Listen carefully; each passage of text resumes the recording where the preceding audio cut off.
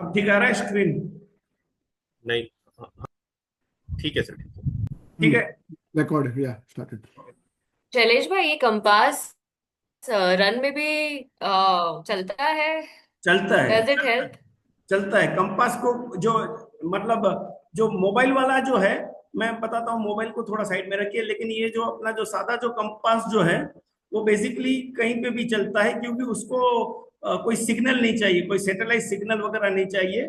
जो अर्थ में जो मैग्नेटिक सेंसिटिविटी जो है, जो मैग्नेटिक हम्म। फील्ड है अर्थ का, उसको वो सेंस कर सकता है और अपनी जो नीडल जो उसको अलाइन कर सकता है। लेकिन जो मोबाइल वाला कंपास जो है, वो मोबाइल वाला कंपास भी मुझे लगता है, मैंने ट्राई नहीं किया, वो चल सकता है, क्योंकि मोबाइल वाले कंपास को मुझे लगता है कि उसको एक जायरोस्कोप होता है, उसके अंदर एक इंस्ट्रूमेंट होता है जो नेटवर्क से इंडिपेंडेंट है। मतलब आप समझिए, नेटवर्क का मतलब है कि आपको नेटवर्क से आप बात कर सकते हैं, इंटरनेट के डेटा ट्रांसफर कर सकते हैं, लेकिन ये जो है वो इंडिपेंडेंट ऑफ द नेटवर्क है। काफी और सिग्नल्स जो है उसको वो यूज करता है और अपने आप वो चलता है। मैंने कोशिश नहीं की कि जो नॉन नेटवर्क एरिया में कंपास मोबाइल का काम करेगा कि नहीं करेगा। आपके पास बढ़िया अपॉर्चुनिटी है शिवाली, आप करके एक बार हमको भी बता दीजिएगा कि करता है कि नहीं करता है। लेकिन मेरा मानना है कि वो करेगा, क्योंकि वो नेटवर्क सिस्टम से एक इंडिपेंडेंट डिवाइस है मोबाइल के अंदर। हाँ, विदाउट विदाउट इंटरनेट चलता है, बट आई थिंक उसको नॉर्थ में ओरिएंट करना पड़ेगा पहले फोन घुमाकर, क्योंकि हाँ, तो वो ऐसे जब होना है। जब भी वो कंफ्यूज होता है, तो अब आपको पता है वो एक आर्ट के शेप में बार बार मोबाइल को 3-4 बार घुमाने से वो अपने आप को ओरिएंट कर लेता है अंदर का जायरोस्कोप। तो वो शायद आपको करना पड़े, लेकिन हो सकता है कि वो हो भी जाए आसानी से। ठीक है। लेकिन आपकी बात सही है, रन में जरूरत पड़ती है जहां पे और कुछ भी लैंडमार्क भी नहीं है और आपको कुछ भी दिख भी नहीं रहा है, तो उस सिनारियो में वो एक इम्पोर्टेंट एस्पेक्ट हो जाती है। ठीक है। तो अब हम चलते हैं कि मैप जो है उसमें एक दूसरा एक इम्पोर्टेंट फीचर होता है, जिसको हम कहते हैं कि मैप जो है वो एक स्केल में है, मैप का स्केल है। कई बार हम यूज करते हैं कि मैप का स्केल क्या है। या कल भी जब हम चर्चा कर रहे थे, तो हमने 2-3 चीजों को छूने की कोशिश की थी। ये कि भाई ये जो 20 मीटर का इंटरवल है या 100 मीटर का इंटरवल है, तब मैंने कहा था कि ये सब डिपेंड करता है कि टोपोशीट किस स्केल के ऊपर बनी हुई है। तो स्केल ज्यादातर जो टोपोशीट जो हमने आपको दी थी, वो जब ओरिजिनली बनी थी, आपके पास तो कुछ और मतलब स्केल हो गया था जब आई थी तब, लेकिन जो ओरिजिनली बनी थी टोपोशीट, तो वो टोपोशीट जो थी वो 1:50,000 के स्केल के ऊपर बनी थी। अ, अगर आप रेवेन्यू मैप्स लेने जाते हैं, जिसको मेरे ख्याल से उत्तर भारत के काफी राज्यों में खसरा मैप कहा जाता है, तो वो ज्यादातर गुजरात के केस में, आपके केस में नहीं पता, अलग अलग स्टेट के केस में, लेकिन गुजरात के केस में वो बने हुए हैं 1 सेंटीमीटर इजिकल टू 80 मीटर के स्केल के ऊपर ये मैप्स बने हुए हैं। तो मतलब ये कि मैप में जो है, जो स्केल जो है वो बहुत ही इंपॉर्टेंट फीचर हो जाता है। और ये जो फीचर जो है वो हम यूज करेंगे आज प्रैक्टिकलिटी में, कि वो हम कैसे उसको यूज करेंगे। तो बेसिकली समझ लेते हैं कि मैप जो है उसका जो स्केल जो है, it's the ratio between the distance on the map and the actual distance on the ground. क्योंकि देखो, अगर मुझे मेरे शहर का मैप बनाना है और विदाउट यूजिंग स्केल सिस्टम मुझे वो मैप बनाना है, तो मुझे लगता है कि वो मुझे मेरे शहर के जितने साइज का कागज लगेगा, जो कभी बन नहीं पाएगा। और अगर बन भी गया और किसी ने उसके ऊपर पूरा मैप बना भी दिया, भुज शहर को पूरे के पूरा उसके ऊपर बिठा भी दिया, तो उसको पढ़ कैसे सकते हैं। तो ज्यादातर केसेस में एक लार्जर जो एरिया जो है, उसको हम रिड्यूस करके एक छोटे पेज के ऊपर, कन्वीनियंट A3 A4 या और कोई पेज साइज के ऊपर उसको हम कर लेते। लेकिन अब वो जितना जो हमारा एरिया ऑफ इंटरेस्ट था, जिसको हम अभी इस पर्टिकुलर मैप पे दिखाना चाहते हैं, तो उसको आपको श्रिंक करना पड़ेगा, उसको आपको दबा के उसके ऊपर रखना पड़ेगा। तो ये जो है, जो कन्वर्जन जो है, इसी को हम कहते हैं स्केल। तो लार्जली मैप के केस में क्या क्या होता है कि जो ग्राउंड डिस्टेंस, जो actual real life real world distance होता है, वो ज्यादा होता है। और मैप को मैप के ऊपर उसको एक छोटे एरिया में उसको दिखाया जाता है। जैसे एग्जांपल कि अगर on ground the distance is 1 kilometre, तो हम उसको मैप पे हमने उसको 1 सेंटीमीटर दिखाया है। तो अब इसको पढ़ा कैसे जाएगा कि भाई 1 सेंटीमीटर जो आप मैप पढ़ रहे हैं, जब हम आप 1 सेंटीमीटर मैप के ऊपर मूव हो रहे हैं, तो वास्तव में इन रियल वर्ल्ड सिचुएशन आप 1 किलोमीटर का ट्रैवल कर रहे हैं। तो इसको कहते हैं हम मैप का स्केल समझने के लिए। इट इसे सिंपल वर्ड में फिर से अगर सब, it tells you how much the real world has been reduced to fit the map. मतलब आप अगर मेरे पास 1 सेंटीमीटर बराबर 80 मीटर का मैप है, तो इसका मतलब यह है कि जो रियल वर्ल्ड का जो 80 मीटर था, उसको मैंने रिड्यूस कर दिया है मैप डिस्टेंस पे 1 सेंटीमीटर के लिए। और दूसरा है कि without the scale the map would just be a picture without any meaning, हमें कुछ पता नहीं चलेगा। तो ये बहुत इंपॉर्टेंट एस्पेक्ट है मैप का। लेकिन जब मैप स्केल का, लेकिन जब स्केल की बात करते हैं तो उसके साथ एक बहुत और एक छोटी प्रॉपर्टी जुड़ जाती है, जिसको हम कहते हैं प्रपोर्शन। तो प्रपोर्शन का मतलब ये है कि जब आप मैप को देखते हैं तो आप देखिए, समझने के लिए समझिए कि दो एक्सिस है, एक्स एक्सिस है और वाई एक्सिस है। मैं भारत की मैं बात करूं तो भारत के मैप में एक्स एक्सिस का मतलब है कि एक साइड पे गुजरात है और दूसरी साइड पे उड़ीसा वेस्ट बंगाल है। और हम वाई एक्सिस की बात करें तो नीचे तमिलनाडु और केरला है, और फर्दर ऊपर नॉर्थ में जाएंगे तो कश्मीर है। तो ये लेकिन ये दोनों एक्सिस के ऊपर जो स्केल यूज किया गया है वो सिमिलर यूज किया गया है। कि मतलब नॉर्थ मतलब ईस्ट टू वेस्ट जाने के लिए या ईस्ट टू वेस्ट के लिए जो स्केल रिडक्शन किया गया है, और नॉर्थ टू साउथ या साउथ टू नॉर्थ जाने के लिए जो स्केल रिडक्शन किया गया है, वो दोनों इक्वल है। ऐसा नहीं है कि एक चीज के लिए एक स्केल यूज किया गया है एक डायरेक्शन के लिए, और दूसरे डायरेक्शन के लिए दूसरा चीज यूज किया गया है। तो अगर ऐसा कुछ हुआ है, एक्चुअली नॉर्मली होता नहीं है, जब भी मैप आप देखेंगे तो उसमें एक ही स्केल लिखा होगा, उसमें एक्स का स्केल और वाई का स्केल नहीं लिखा होगा। लेकिन ये बहुत केयरफुली बनाया जाता है कि ये दोनों इक्वल प्रोपोर्शन में ही हो। तो ये मैप हर वक्त एक प्रोपोर्शन में ही रहता है। कई बार हम गलती कर देते हैं, हम क्या करते हैं कि एक बार हमारे पास उसका जेपीजी आ गया, तो अब पावर पॉइंट प्रेजेंटेशन में बिठाना है, तो उसको थोड़ा खींच लिया या थोड़ा ऊपर कर लिया। तो जब ये खींचते हैं, ऊपर करते हैं या साइडवर्ड करते हैं, तो इसकी वजह से डिस्टोर्शन एक डायरेक्शन में हो जाता है। तो ये डिस्टोर्शन वाले मैप्स जो है वो अब काम के नहीं रहते हैं। तो ये आपको जब मैप की जेपीजी को भी जब आप हैंडल करें तो आपको देखना है इसका प्रपोर्शन लूज ना हो। तो इसके लिए जब भी आपको मैप स्क्रीन साइज के ऊपर छोटा या बड़ा करना हो, तो बेसिकली आप परसेंटेज वाला कमांड यूज कीजिए कि भाई आप 100%, 110% या 100 में से 90% यूज करें। तो वो दोनों एक्स और वाई एक्सिस के ऊपर एक जैसा प्रपोर्शन इंप्लीमेंट कर देगा, अदरवाइज डिस्टोर्शन आएगा। डिस्टोर्शन आने से काफी सारी मुश्किल हो सकती है, आपके कैलकुलेशंस जो है आगे चलते काफी गड़बड़ा सकते हैं। तो ये शैलेश भाई, लिखा होता है मैप में, हाँ जी। ये मैप में कहीं लिखा होता है कि हमें आइडेंटिफाई करना होता है, कैलकुलेट करना होता है? क्या स्केल? हाँ हाँ। हाँ, अब देखिए, अगर स्केल नहीं लिखा है मैप के ऊपर, तो आप मान के चलिए कि वो मैप नहीं है। तो मैप के ऊपर स्केल लिखा ही ओके। होगा। अभी देखो क्या होता है कि अब भारत का नक्शा ले लिया, भारत में डेंसिटी पॉपुलेशन हर राज्य की कितनी है, तो उसमें क्या होता है कि उसमें नीचे स्केल नहीं दिया होता है, क्योंकि आपको उसको मेजर करके भारत का कोई मेजरमेंट नहीं लेना है। लेकिन आपने गांव में गए, गांव वाले ने आपको एक रेवेन्यू मैप दे दिया, और उसमें अगर अगर उसमें नहीं लिखा है कि ये उसका स्केल क्या है, तो आप मान के चलिए कि अब गड़बड़ शुरू हो सकती है, क्योंकि आपके अब कैलकुलेशन नहीं हो सकते हैं। तो मैप के ऊपर स्केल लिखा होता है। कई बार ऐसा भी होता है, मैं आगे चलूंगा, उसके एक दो दूसरे रिपरकशंस होते हैं। कई बार क्या होता है कि हमने मैप तो ले लिया, मैप में भी स्केल था, लेकिन हमने जेरोक्स करवाया। जब हमने जेरोक्स करवाया तो जेरोक्स वाले को कुछ मतलब पेज छोटा बड़ा हुआ होगा, तो उसने बेसिकली जिस तरह से स्क्रीन के ऊपर मैप को शेड किया जेरोक्स करने के लिए, तो बेसिकली स्केल वाला पोर्शन निकल गया। तो आपके पास जो मैप आ चुका है जेरोक्स होके, उसमें स्केल नहीं है। तो अगर ये स्केल नहीं है, तो आप मान के चलिए कि अब इसमें प्रॉब्लम आ जाएगा। क्यों प्रॉब्लम आ जाएगा? क्योंकि अब आपको पता ही नहीं है कि ये मतलब अगर रियल लाइफ में इसका कैसे यूज करना है। मैं भारत का आपको एग्जांपल दे देता हूँ। हर स्टेट के साथ ये हुआ होगा कि जो हमारे जो खसरा मैप जो थे ज्यादातर राज्यों में, ये इनिशियल एक चेन से सर्वे हुए थे। और जो चेन जो यूज की जाती थी, वो चेन यूज होती थी, मेटल की चेन यूज होती थी, तब ये टेप सिस्टम्स नहीं थी। तो ये मेटल की चेन जो थी वो 33 फीट की हुआ करती थी। तो वो जो भी हमारे मैप जो थे वो फीट वाले सिस्टम में थे।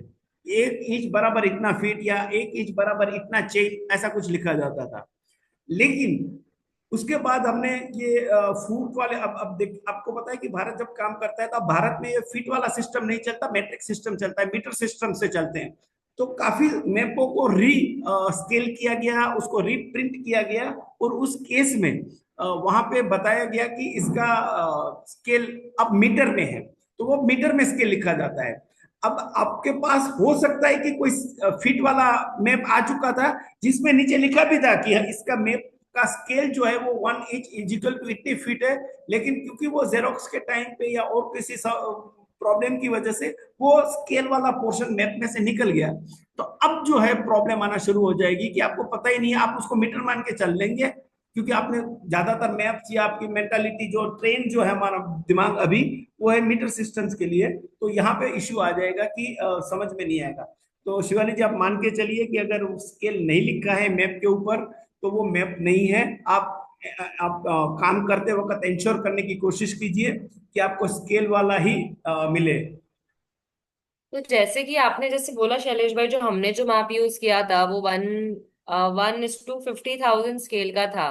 तो हम्म। इसका इंटरप्रिटेशन क्या है, मतलब इससे मैं कैसे बता सक। आता हूँ शिवाली, आज आपके अर्जुन के ऊपर अर्जुन जैसी आंख है, तो आज थ्रू हो जाएगा पूरा प्रेजेंटेशन। ठीक है। Okay okay. तो ये स्केल का अंकित जी ने कुछ लिखा था, अंकित जी आप बता रहे हैं। हाँ सर, चेन लिंक सर्वे का मैंने डाला है। तो हाँ। इवन इवन उत्तर प्रदेश में जब अभी भी मैपिंग के लिए हम लैंड मैपिंग के लिए बुलाते हैं लेखपाल को, तो अभी भी बहुत सारे लेखपाल ये चेन लिंक लेके आते हैं साथ में। अब चेनेज जो है, अब देखिए आपको बहुत सारे हाईवे जब नए बनते हैं तब भी उसके ऊपर चेनेज लिखा जाता है। लेकिन वो चेनेज जो है वो सिर्फ, मतलब वो पुराना जो वर्ड चेन जो है उससे आ गया है। लेकिन अदरवाइज वो 100 मीटर के डिस्टेंस के ऊपर है। जैसे पिछले वीक हम जब राजस्थान में और गुजरात में ट्रैवल कर रहे थे, मैं और योगेश, तो जो भारतमाला रोड बना है उसके ऊपर हर 200 मीटर के ऊपर एक चेन चेन वैल्यू लिखा हुआ है। तो वो लिखा है CH 402, CH 4620, ऐसे समथिंग। तो ये जो लिखा है वो चेन, सिर्फ वो चेन वर्ड से आया है। लेकिन मैं ये कह रहा हूं कि जो पुराने जमाने में जब सर्वे किया जाता था तो मीटर टेप यूज नहीं की जाती थी। तब एक पर्टिकुलर किस्म की चेन यूज की जाती थी और वो चेन से ही सर्वे होता था। और चेन जो ज्यादातर केस में यूज होती थी वो 33 फीट की होती थी। आपको पता है वो पूरा जो सिस्टम जो है वो यार्ड से आया है। जो ब्रिटिश, जो हम एक पैर चलते हैं तो उसको हम यार्ड कहते हैं। तो आज भी हमारे क्रिकेट के पिच वगैरह के या क्रिकेट के मैदान वगैरह के जो मेजरमेंट्स जो है वो उस तरह से बने हुए हैं। तो आज हम जो चेन शब्द यूज करते हैं वो सिर्फ एक पॉइंट को डिनोट करने के लिए करते हैं। लेकिन एक्चुअल मेजरमेंट्स जो है हम मीटर टेप वगैरह से ले लेते हैं। लेकिन उस समय में जो स्टील की चेन जो थी उससे मेजरमेंट्स या किए जाते थे। उसकी एक वजह ये भी थी, आप एक समझिए कि आप घनघोर जंगल में सर्वे कर रहे हैं। आपकी मीटर टेप जो आप कितना खींच पाएंगे, एक जो टेप जो है जो प्लास्टिक की या कोई पॉली मटेरियल की है, आप कितना खींचेंगे? थोड़ा और खींचने पे वो टेप टूट जाएगी, बार बार आपको प्रॉब्लम होगा। तो अगर चेन है तो आप वो चेन खींच सकते हैं, चेन को सीधा करने में भी, खींच के भी सीधा करने में भी आसानी होती है। और चेन को कितना भी खींचा जाए वो टूटेगी एक वक्त, लेकिन वो उसमें मतलब इलोंगेशन नहीं होगा। तो मेजरमेंट जो है वो चेन में परफेक्ट आएगा। अगर आपको चाहिए होगा तो मतलब ये लेक्चर के बाद मैं ग्रुप में कहीं से फोटो डाउनलोड करके रख दूंगा कि चेन का मतलब क्या होता था। लेकिन अब जो चेन है वो शब्द, अब सिर्फ वो चेन वहां से आया है। लेकिन अब मेजरमेंट हम अदर सिस्टम से करते हैं और मीटर सिस्टम से करते हैं। तो ये क्यों इंपॉर्टेंट है, कुछ हमने बात की कि it allow us accurate measurement of a distance. अगर स्केल नहीं है तो वो पता नहीं चलेगा। तो ये एग्जैक्ट मेजरमेंट के लिए हमें काम में आता है। एक दूसरा भी है कि अगर एक कंपैरिजन में भी काम में आता है। अगर सिमिलर मैप अगर आपने ले लिया, सिमिलर स्केल के मैप ले लिए, और अगर उसको आपने पास पास में रखा, तो आप काफी इजी कंपैरिजन भी कर सकते हैं कि भाई हाँ भाई यही सिमिलर स्केल पे ये गांव छोटा है या ये गांव बड़ा है। कंस्ट्रक्शन के लिए, नेविगेशन के लिए, प्लानिंग के लिए भी वो यूज होते हैं। स्पेशली जो अर्बन प्लानर्स जो होते हैं, उनके जो सिटी प्लानर्स होते हैं बेसिकली, उनकी ऑफिसों में जाएंगे ना, तो उनकी ऑफिसों में एक बढ़िया मैप लगे होते हैं कि इटली का एक स्केल का मैप लगा होगा, और सिमिलर स्केल का पास में न्यूयॉर्क का भी मैप लगा होगा। तो अगर सिमिलर स्केल पे वो दो मैप लगे तो हमें पता चलता है कि कौन सा सिटी जो है वो कितना रोड नेटवर्क डेंसिटी कितनी, किसमें हाई है, कितनी लो है। तो ये कंपैरिजन तभी आप कर सकते हैं जब वो सिमिलर स्केल के हैं, और सिमिलर स्केल के होने के लिए बहुत जरूरी है कि मैप के ऊपर ठीक से स्केल हो।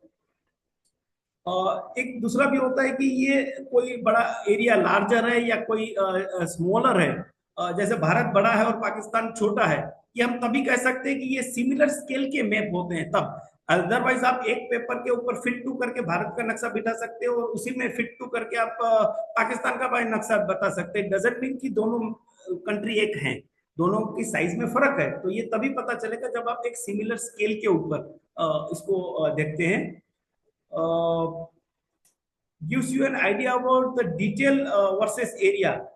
अब यहाँ पे स्केल का एक दूसरा चक्कर आ जाता है कि मोर डिटेल अगर आप डालना चाहेंगे तो आपका एरिया उसमें कवर कम होगा। अब इसका मतलब क्या होते हैं, आगे मेरे पास उसकी कुछ स्लाइड्स है, उसको समझने की कोशिश करते हैं और यहाँ से स्केल को थोड़ा और कॉम्प्लिकेटेड करना शुरू करते हैं। तो बेसिकली स्केल जो है वो मैप के ऊपर तीन तरह से लिखे जाते हैं, तीन तरह से बताए जाते हैं, जो आपको राइट हैंड साइड में दोनों में दिखाए हैं। एक जिसको बहुत पॉपुलरली स्टेटमेंट स्केल या वर्बल स्केल कहा जाता है। अब मैप के ऊपर लिख दिया गया है कि भाई 1 centimetre is equal to 9 kilometre, या पहले के जमाने में शायद इंच में लिखते होंगे तो उसको इंच में लिख दिया गया है। नीचे भी वर्बल स्केल को दिखाया गया है कि बीच में वाला में 1 centimetre is equal to 1 kilometre. तो ये वर्बल स्केल है। तो ये एक तरह से आपको काफी चीज बता देता है। इसकी एक लिमिटेशन है, उसके ऊपर हम चर्चा करेंगे। एक जो दूसरा जो है जिसको हम कहते हैं ग्राफिक और लीनियर स्केल। तो ये ग्राफिक और लीनियर स्केल, कभी कभी इसको बार स्केल भी कहा जाता है, ये आप मैप में काफी बार देखते हैं। तो इसका मतलब ये होता है कि एक पर्टिकुलर बार उसमें बनाया जाता है, बार में मार्किंग की जाती है और मार्किंग में एक तरफ आपका लिखा जाता है कि वो कितने सेंटीमीटर या कितना है, और दूसरी तरफ लिखा जाता है कि उसका वैल्यू क्या है। तो जैसे आप नीचे वाले ग्राफ स्केल में देखें तो उसमें 0, 5, 10 लिखा है, तो मतलब कि वो 1 सेंटीमीटर का तब दिखाया गया होगा उसमें, तो वो 5 किलोमीटर था। उसका मतलब था कि अगर उतना डिस्टेंस अगर आप मैप पे ट्रैवल करते हैं तो आप रियल वर्ल्ड में 5 किलोमीटर ट्रैवल कर लेंगे। सिमिलर वे में ऊपर के केस में 30 सेंटीमीटर या 60 सेंटीमीटर या 30 इंच या 60 इंच दिखाया गया है। उसके प्रोपोर्शन में नीचे माइल दिखाया गया है कि ऑलमोस्ट आप जब आप मैप पे वो 0 to 30 यूनिट्स पे जाएंगे तो रियल वर्ल्ड में आप ऑलमोस्ट 18 या 19 माइल आपने कवर किया होगा। तो ये एक होता है ग्राफिक स्केल। और तीसरा जो होता है, जो आजकल बहुत फैंसी और पॉपुलर वे में यूज होता है, वो है रिप्रेजेंटेटिव फ्रैक्शन और रेशियो स्केल। तो रेशियो स्केल में जैसे लिखा है कि 1:, पहले ऊपर में लिखा है कि 1:9 लाख, नीचे में लिखा है 1:1 लाख। तो ये जो है वो इसको हम कहते हैं ये रेशियो स्केल है, या आरएफ के तरह से इसको जाना जाता है, रिप्रेजेंटेटिव फैक्टर्स के तौर पे जाना जाता है। बहुत इंपॉर्टेंट मैं आपको बता दूं कि ये जो हमारे खसरा मैप जो होते हैं उसमें ज्यादातर बार या ग्राफिक स्केल यूज किया जाता है, और जो टोपोशीट जो है वो टोपोशीट में दोनों यूज किया जाता है। उसमें रिप्रेजेंटेटिव स्केल्स भी मतलब आरएफ स्केल भी लिखा जाता है और ग्राफिक स्केल भी लिखा जाता है। तो आगे चल के उसके कुछ फोटोग्राफ्स है, मैं आपको दिखाऊंगा, लेकिन अब इसको समझ लेते हैं इसका मतलब क्या होता है। इसका मतलब ये होता है कि वर्बल स्केल जो है इन अ वे अभी जिस दुनिया में हम रह रहे हैं उसमें वल्नरेबल है। क्यों वल्नरेबल है? क्योंकि उसने लिख दिया था जब बनाने वाले ने उसके ऊपर लिख दिया था 1 centimetre is equal to 10 kilometre, समझ के चलिए आसानी से। अब आपने इसको जूम कर दिया, आपने उसकी जेपीजी बना ली, जेपीजी को ब्लो कर दिया, या जेरोक्स करते वक्त हमने इसको ब्लो कर दिया या रिड्यूस कर दिया, तो वो वहां पे भी फिर से वही दिखाएगा 1 centimetre is equal to 10 kilometre. तो इसका मतलब ये था कि मैप का स्केल चेंज हो चुका है, लेकिन वो बता नहीं सकता है कि अब क्या हुआ है। तो आप जो आप देख रहे हैं उसी को आप सही मानेंगे, क्योंकि आपको पता नहीं है कि ये इमेज ब्लो होके आई है या ये इमेज रिड्यूस होके आई है। तो ये जो है वर्बल स्केल जो है वो इन अ वे, अब जब तक ये टेक्नोलॉजियां नहीं थी, कंप्यूटर जेरोक्स वगैरह नहीं थी, तब तक बड़ा ठीक था, वो वल्नरेबल नहीं था। लेकिन आजकल अब ये वल्नरेबल है। तो अगर आप कोई भी ऐसा स्केल पढ़ते हैं, देखते हैं, तो थोड़े अपने आप को डबल चेक करने की कोशिश कीजिएगा कि इसके साथ और कुछ तो नहीं हो चुका है। अगर हो चुका है तो आपको पहले पहचानना पड़ेगा और उसके बाद तो रियल स्केल को ढूंढना पड़ेगा। हम ग्राफिक स्केल पे आ जाते हैं। अब ग्राफिक स्केल इससे उल्टा है एकदम। मैं मान के चलता हूं कि आज की डेट में भी वो वल्नरेबल नहीं है। वो क्यों वल्नरेबल नहीं है आज की डेट में भी? क्योंकि एक्चुअली में जो ग्राफिक स्केल जो है वो हमारे अगर आपने किसी को एनलार्ज किया है तो वो ग्राफिक स्केल भी उसके साथ एनलार्ज हो जाता है। अगर आपने रिड्यूस किया है तो वो ग्राफिक स्केल भी उसके साथ रिड्यूस हो गया। तो वो जो है वो कभी भी आप इमेज को कितनी भी तरह प्ले करो, उसकी जो कंसिस्टेंसी जो है स्केल की वो जाती नहीं है कभी भी, और आप उसको चेक कर सकते हो जब भी आपको जरूरत पड़ेगी। हाँ, ये हो सकता है कि जब पहली बार किसी ने ग्राफिक स्केल बनाया मैप के ऊपर, तब उसने 0 से 5 के बीच में 1 सेंटीमीटर का डिस्टेंस रखा था, लेकिन इमेज रिड्यूस होने के बाद वो डिस्टेंस आपके पास कम होकर शायद 7 mm रह गया, 10 mm की जगह पे अब वो 7 mm रह गया। लेकिन will not impact on the scale, क्योंकि वो पूरे के पूरे सिस्टम्स को उसने रिड्यूस किया है। सिमिलर वे में अगर वो एनलार्ज भी हुई है तो भी इसमें कोई ज्यादा प्रॉब्लम्स या दिक्कत नहीं आएगी। तो in today's world verbal scales की जगह पे ग्राफिक स्केल्स जो है वो काफी ठीक है। तो उसमें है कि विजुअल स्केल्स जो that looks like a rural shows distance in a real unit or still works even if you resize the map. तो अनलाइक वर्बल और आरएफ स्केल्स, तो आरएफ स्केल में भी ये मुश्किल आती है कि वो गड़बड़ा जा सकता है। अब आते हैं आरएफ स्केल पे, जो ज्यादा दिखने में भी फैंसी भी है और काफी इंटरेस्ट भी रखता है, क्योंकि टोपोशीट के ऊपर वो यूज होता है। तो उसको समझ लेते हैं कि वो लिखा ऐसे जाता है कि 1:50,000। तो लिखा तो इस2 है, लेकिन पढ़ने के लिए ऐसे पढ़ा जाता है 1:50,000। तो ये इस तरह से है। इसका मतलब ये हुआ कि it means that 1 unit on a map, अगर 1 यूनिट मैप पे आप लेते हैं तो वो एक्चुअल रियल लाइफ में वो 50,000 यूनिट्स है।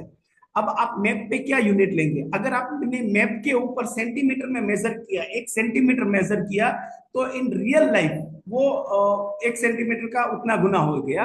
अगर आपने उसको इंच में यूज किया तो वो इंच का भी उतना हो गया। तो मतलब अगर मैप पे अगर आप 1 यूनिट मेजर करते हैं तो रियल लाइफ में वो 50,000 यूनिट्स होते हैं।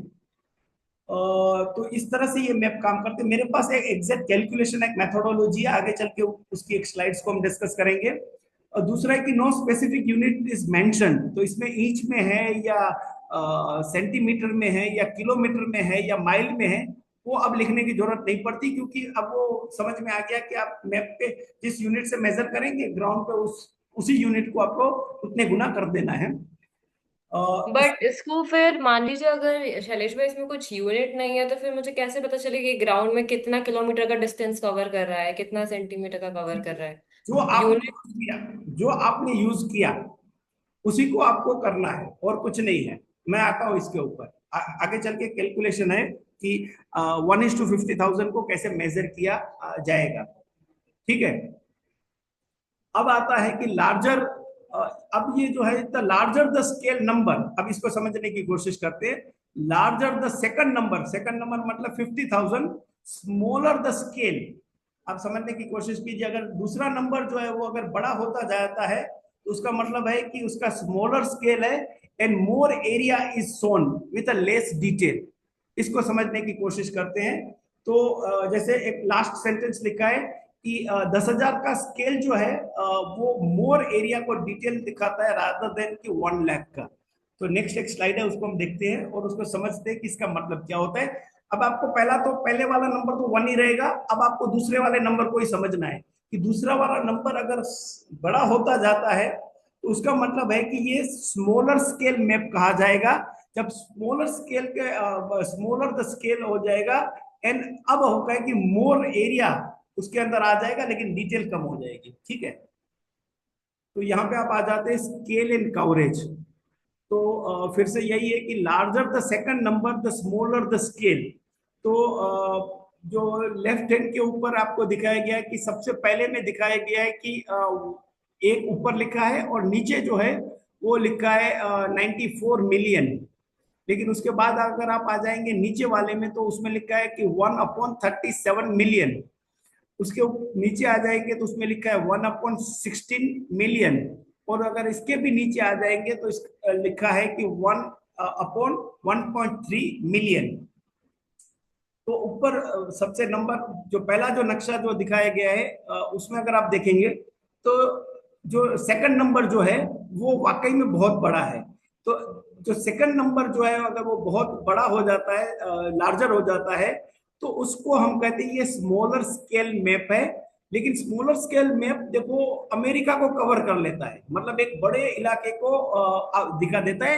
लेकिन जब एक काफी ज्यादा बड़े इलाके को अगर आप एक में दिखाने की कोशिश करते हैं तो अब आप डिटेल नहीं दिखा सकते। अगर उस मैप की अगर आप बात करें तो उस मैप में ज्यादा से ज्यादा आपको स्टेट बाउंड्री हल्की सी दिखाई देगी, लेकिन इससे ज्यादा डिटेल इसमें आप नहीं दिखा पाएंगे। लेकिन आप सबसे नीचे वाले मैप में आ जाइए जिसमें लिखा है 1/1.3 मिलियन। तो 1/1.3 मिलियन जो है वो आप उस सेंस में अगर देखने की कोशिश करते हैं तो ये जो है वो एक्चुअली सिमिलर पेपर साइज में उसने बहुत ही कम इलाके को दिखाया है। तो इसको हम कहते हैं कि ये लार्जर स्केल मैप्स जो हैं। और अगर लार्जर स्केल मैप होता है तो अब इसमें लेसर एरिया कवर होगा।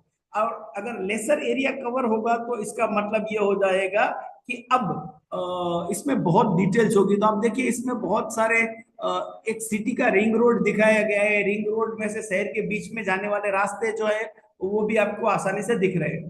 तो इस तरह से स्केल जो है वो डिफर करता है कि इसको। लेकिन यहाँ पे समझ लीजिएगा थोड़ा कंफ्यूजन ये है कि जो स्टैंडर्ड टर्मिनोलॉजी है उसमें लार्जर स्केल और स्मॉलर स्केल का चक्कर है। नीचे फिर से उसको समझ लेते हैं क्योंकि वर्डिंग जो है वो ऑलमोस्ट हमारी रियल लाइफ सिचुएशन से एग्जैक्ट 180 डिग्री डिफर करती है। तो नीचे भी 3 चित्र दिए गए हैं, यूनाइटेड स्टेट्स के ही हैं कहीं। तो जो लेफ्ट वाला जो चित्र जो दिखाया गया है उसमें आप फिर से आ जाइए तो उसमें भी 1:2 मिलियन का है। और एकदम मतलब राइट वाला चित्र और लेफ्ट वाला जो है वो ऑलमोस्ट 0.2 मिलियन का है।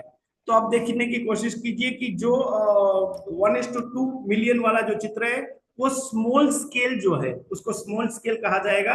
और तब आप देखिए तो सिमिलर पेपर साइज पे एक बहुत बड़े एरिया को कवर किया गया है। और इसी तरह अगर 1:20,000 जो है जिसको 1:2 मिलियन भी आप कह सकते हैं, 0 मिलियन कह सकते हैं, अगर वहां देखिए तो सिमिलर पेपर साइज, अब इसको लार्ज स्केल कहा जाएगा। लेकिन इन रियल देखिए तो उसमें बहुत डिटेल दी गई है, मतलब कंटूर तक की डिटेल्स उसमें आपको दिख रही है, कंटूर्स के नंबर्स भी दिख रहे हैं।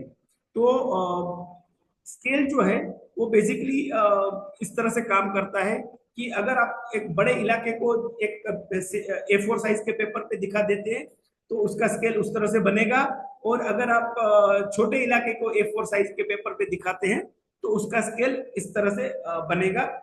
अब रियल लाइफ सिचुएशन की अगर आप देखें, कई बार हम लोगों ने वर्ल्ड एटलास देखा है। तो वर्ल्ड एटलास ज्यादातर क्योंकि हमारी प्रिंटिंग एबिलिटी A4 या A3 साइज है, इससे ज्यादा बड़ी मतलब कन्वीनियंट प्रिंटिंग एबिलिटी नहीं है। तो उस सेंस में देखेंगे तो उसका स्केल जो है लिखा जाएगा शायद अप्रोक्सीमेटली 1:10 मिलियन। तो 1:10 मिलियन है। तो यहाँ पे आप ज्यादा से ज्यादा कंट्री देख सकते हैं, कंट्री के हेडक्वार्टर शायद उसमें मार्क किए होंगे, सभी के हेडक्वार्टर भी आप नहीं लिख सकते हैं। लेकिन जब आप बाहर निकलते हैं ट्रैकिंग हाइकिंग वगैरह के लिए निकलते हैं और आपको अगर मैप चाहिए तो 1:25,000 का होगा मैप। तो ये इजीली काफी सारी टेरेन और उसके काफी सारी चीजों को दिखा देगा। लेकिन जब आप और छोटे यूनिट पे आ जाइए, जब आप एक सिटी में काम करते हैं, भुज सिटी में काम करते हैं, कोई उदयपुर सिटी में काम करता है, कोई बूंदी सिटी में काम करता है, तो अब ये 25 वाला भी काम नहीं आएगा, क्योंकि अब यहाँ पे और ज्यादा डिटेल्स चाहिए होगी। तो अब 25 वाले की जगह पे हम प्रेफर करेंगे कि हमारा मैप का स्केल जो है वो अराउंड 1:5000 हो, कि जिसमें आप रोड, प्लॉट्स, बिल्डिंग की थोड़ी खाली जगह होगी, तो उन सब चीजों को आप अच्छे से दिखा पाए। तो ये जो है वो स्केल और उसके साथ एसोसिएटेड एक कवरेज फीचर्स जो है, ये इन चीजों को दिखाता है। अब होता क्या है, ये भी एक समझ लीजिए कि 1:25,000 का जो है वो आप देखिए, बड़ा चौकोर जो है, सबसे बाहर जो चौकोर बड़ा दिख रहा है, तो वो मतलब जब आप 1:25,000 का मैप यूज किए तो इतना एरिया आपने उसमें दिखाया। लेकिन जब उसको मैप को आपने मतलब स्केल को आपने डबल कर दिया, डबल मतलब 1:50,000 कर दिया, तो अब एरिया आधा नहीं होगा, वो 1/4 हो जाएगा, क्योंकि एक्स एक्सिस पे भी वो दबता है और वाई एक्सिस पे भी दबता है। तो ये आप समझ के चलिएगा, क्योंकि कई बार क्या होता है कि हमें लगता है कि स्केल हमने आधा कर दिया तो एरिया भी इस तरह से आधा हो गया। तो जब भी स्केल आप आधा करते हैं तो एरिया 1/4 होता है। तो वही जो चौकोर जो 25,000 में आप देखिए बड़ा इलाका कवर करके रखा था, उसने अपने आप को 1/4 में रिड्यूस कर दिया। अब 50,000 को आपने समझ लीजिए 1 लाख कर दिया, तो उसने फर्दर अपने आप को 1/4 क्वार्टर में उसको रिड्यूस कर दिया। अब इसको और आपने डबल कर दिया, 1:20,000 2 लाख कर दिया। जब आपने 2 लाख कर दिया तो अपने आप को उसने और छोटा मतलब 1/4 उसका कर लिया। तो ये पर्टिकुलर ग्राफ्स या ये पर्टिकुलर इमेज दिखाने का यही तात्पर्य है, क्योंकि जब आप स्केल आधा करते हैं तो एरिया आधा नहीं होता, एरिया 1/4 हो जाता है, क्योंकि दोनों तरफ से एक्स और वाई एक्सिस के ऊपर से प्रोपोर्शनेटली वो रिड्यूस हो जाता है। ये इसलिए भी जरूरी है क्योंकि आज हम जो प्रैक्टिकल करेंगे उसमें भी इसका एक इम्प्लीकेशन है। और कई बार स्टूडेंट्स स्केल आधा होने पे ये गलती कर देते हैं कि एरिया आधा मान लेते हैं, लेकिन एक्चुअली एरिया 1/4 हो जाता है। नेक्स्ट, तो यहां तक अगर आपका कुछ इश्यू है तो अभी समझ लेते। शिवाली जी, आपका वो 50,000 वाला एक मैंने फ्लैग रखा है अपने पास, वो जब उस स्थिति पे आएंगे तो उसको डिस्कस करेंगे। लेकिन ये जो कुछ स्लाइड्स जो हमने चर्चा की, अगर इसमें आपको कुछ कंफ्यूजन है तो बताइए, वरना नेक्स्ट सिस्टम्स में आगे चलते हैं। अगर सिंपल भाषा में समझे शैलेश भाई, तो यही होगा ना कि अगर जैसे गूगल मैप है, गूगल मैप को हम जूम इन करेंगे तो हम बोल सकते हैं कि नंबर ज्यादा है और एरिया जो कवर्ड है वो स्मॉल है। वही हाँ, जूम आउट करेंगे तो उसका जो स्केल होगा वो कम होगा, और सॉरी स्केल ज्यादा होगा बट डिटेल्स कम होंगी। आई डोंट नो, मैंने उल्टा बोल दिया। तो बस वही है जो टर्मिनोलॉजी स्टैंडर्ड यूज की गई कि लार्ज स्केल जो है और स्मॉल स्केल जो है वो नंबर से डिफरेंट, एकदम विपरीत है। जब आपने कहा कि स्मॉल स्केल का मतलब ये हो गया कि एक्चुअली में स्केल बहुत बड़ा है, मतलब नंबर वाइज वो बहुत बड़ा है, क्योंकि स्मॉल स्केल मैप्स बनते हैं उसमें डिटेल नहीं होती है, लार्ज स्केल मैप्स बनते हैं उसमें डिटेल्स काफी होती है। तो आपको थोड़ा सा इसको ट्रिकी है, लेकिन आपको इसको समझ लेना है। और सबसे बड़ा जो प्रॉब्लम जो है मैं समझता हूँ ये है कि आजकल की हमारी जो पूरी जो सिस्टम्स जो है, एक तो जूम इन जूम आउट करना काफी आसान हो गया है, और गूगल भी जो आपको इतनी आसानी देता है जूम इन जूम आउट करने की, तो स्केल और रिलेटिविटी जो है वो ऑलमोस्ट इरोड हो चुकी है हमारी समझ से। तो वही उसको रीएस्टाब्लिश करने की कोशिश करते हैं। When you will work with the paper, तो वो इरोड हुई सिस्टम्स नहीं चलेगी, उसको अच्छी तरह से समझ में काम में लाना पड़ेगा। ठीक है, लेकिन जब आप जीआईएस यूज करते हैं, जीआईएस प्लेटफॉर्म्स यूज करते हैं, तो शायद इतनी समझ की जरूरत नहीं है, लेकिन चल जाएगा। लेकिन ये बैकड्रॉप्स की जो समझ है आपको आगे चल के काम आएगी। प्रसून जी, आगे चलें? जी सर, यस जी सर। Yes Yes, yes. ठीक है। अब सिस्टम्स आगे चलती गई। बहुत इनिशियल कार्टोग्राफर्स थे, उसने बहुत अपनी मेहनत करके ये सिस्टम्स को बनाई कि भाई हम स्केल इसको कहेंगे, इसको ये करेंगे, वो करेंगे। लेकिन जैसे जैसे वर्ल्ड डेवलप होता गया तो काफी पूरी मैपिंग एक्टिविटी में भी बदलाव आ गया। अब जो हम काम कर रहे हैं वो एक्चुअली में it's a combination of both old system and a new system. तो ऐसा नहीं है कि कोई एक ही सिस्टम से हम काम कर रहे हैं, ये दोनों के कॉम्बिनेशन से काम कर रहे हैं। तो पहले अभी तक मैंने आपको जो समझाया वो कंपेरेटिवली ओल्ड सिस्टम्स जो थी, जो आज भी खसरा मैप, रेवेन्यू मैप्स के ऊपर अप्लाई की जाती है, यूज की जाती है। अब जो हम डिस्कस करेंगे वो है ज्योग्राफिक कोऑर्डिनेट सिस्टम्स, जो आजकल हमारे मोबाइल या जीआईएस प्लेटफॉर्म्स के ऊपर यूज की जाती है। और टोपोशीट में ये सिस्टम्स का उपयोग जब टोपोशीट बनना शुरू हुई दुनिया में, तब ये सिस्टम्स काफी एस्टेब्लिश हो चुकी थी। हालांकि सैटेलाइट के जरिए नहीं थी, नॉर्मल सिस्टम्स थी, लेकिन फिर भी एस्टेब्लिश हो चुकी थी। तो हमारी जो टोपोशीट जो बनी हुई है वो ये ज्योग्राफिक कोऑर्डिनेट सिस्टम से बनी हुई है। तो अब ये ज्योग्राफिक कोऑर्डिनेट सिस्टम्स क्या है उसको समझते हैं। हम जब आकाश में गए तो हमें हमें पृथ्वी ऐसी दिखी, ब्लू प्लैनेट हमारा इस तरह से दिखा। अब ये फोटो काफी पॉपुलर है, पहली बार जब किसी ने खींची होगी अच्छी क्वालिटी की तस्वीर तो ये पॉपुलराइज हुई उसके बाद। लेकिन आप जब भी स्टेशनरी की दुकान में जाते हैं तो ग्लोब खरीदते हैं तो ग्लोब हर वक्त ऐसा दिखाते हैं, पता नहीं सीधा नहीं दिखाते हैं। तो ऐसे सीधा बता सकते थे लेकिन वो हर वक्त टेढ़ा है, क्योंकि पृथ्वी की जो एक्सिस जो है वो एकदम वर्टिकल नहीं है। पृथ्वी की जो एक्सिस जो है, मेन एक्सिस जो है, वो एक्चुअली में कोई 22 डिग्री या 22.5 डिग्री के आसपास वो झुकी हुई है। झुकी हुई के भी काफी रीजंस जो है उसमें हम नहीं जा रहे हैं। इसीलिए जब भी आप ग्लोब परचेस करने जाते हैं तो इस तरह से दिखते हैं, क्योंकि वो पृथ्वी की एक्सिस झुकी हुई है। वो एक दो और फीचर्स हमें देता है जो हमें बहुत इंपॉर्टेंट वे में हम उसको यूज करते काम में आता है। मैं एक और चीज यहाँ पे क्लेरिफाई कर दूं, जो पृथ्वी की जो एक्सिस जो है वर्टिकल 100% तो 0 to 90 एकदम नहीं है, 22-23 के आसपास कहीं झुकी हुई है डिग्री पे। लेकिन उसमें भी एक हल्की सी क्या कहते हैं मूवमेंट है, और वो जो मूवमेंट जो है वो काफी चीजों के लिए इंपॉर्टेंट हो जाती है। स्पेशली वो पोल स्टार के लोकेशन को थोड़ा थोड़ा चेंज करती है, और वो हर 72 ईयर पे उसको करेक्ट करना पड़ता है। तो अगर आप बहुत मतलब अगर आपके पास डिफेंस की उस समय की अगर कोई टोपोशीट, अगर आप में से किसी ने एनसीसी किया होगा तो एनसीसी में जो आपके साथ टोपोशीट शेयर की गई होगी, तो वो टोपोशीट में सब लाइनों के अलावा एक एडिशनल लाइन होती थी जो ट्रू नॉर्थ के लिए काली लाइन बीच में कहीं पे खींची हुई होती थी। वो इसलिए खींची जाती थी क्योंकि हमारा जो नॉर्थ जो पोल के साथ जो अलाइनमेंट जो है वो थोड़ा थोड़ा बदलता है, हर 72 साल पे बदलता है, तो इसको करेक्ट करना पड़ता है। लेकिन इन अवर सिचुएशन इसका बहुत महत्व नहीं है, लेकिन आप थोड़ा ये जानकारी आपके पास रखिएगा, क्योंकि कई बार शायद आपके हाथ ऐसी कोई टोपोशीट आ जाए जो बीच में अलग से काली लाइन खींची है जो एकदम परपेंडिकुलर नहीं है किसी भी लाइन से, पैरेलल या परपेंडिकुलर नहीं है। तो ये जो है वो हमारा मैप इस तरह से बनता है। लेफ्ट वाले में अगर देखिए, लेफ्ट और राइट को दोनों साथ में चलते हैं। पृथ्वी को अगर आप दो इक्वल हिस्सों में काटेंगे तो जो मेन जो लाइन जाती है उसको हम कहते हैं इक्वेटर, और इक्वेटर के ऊपर जहां पे हम भारत लोकेटेड है उसको हम कहते हैं नॉर्दर्न हेमिस्फीयर, और इक्वेटर के डाउन में साउथ में जो एरिया जो है जहां पे Australia, part of southern America और अफ्रीका आता है, इसको हम कहते हैं सदर्न हेमिस्फीयर। तो we are in a northern hemisphere and that part of the world is in a southern hemisphere. अब यहां से अगर आप देखेंगे तो ट्रॉपिक्स के ऊपर एक लाइन जाती है जिसके ऊपर लिखा है ट्रॉपिक ऑफ कैंसर, जो 23.27 लिखा हुआ है, और सिमिलर जो रेड कलर से दिखाई गई है वर्ल्ड मैप पे, और यहाँ पे भी दिखाया गया है ट्रॉपिक ऑफ कैंसर करके। और सेम डाउन में अगर आप जाते हैं तो एक लाइन और आपको दिखती है जिसका नाम है ट्रॉपिक ऑफ कैप्रिकॉर्न, जो 23.27 डिग्री पे दिखाई गई है।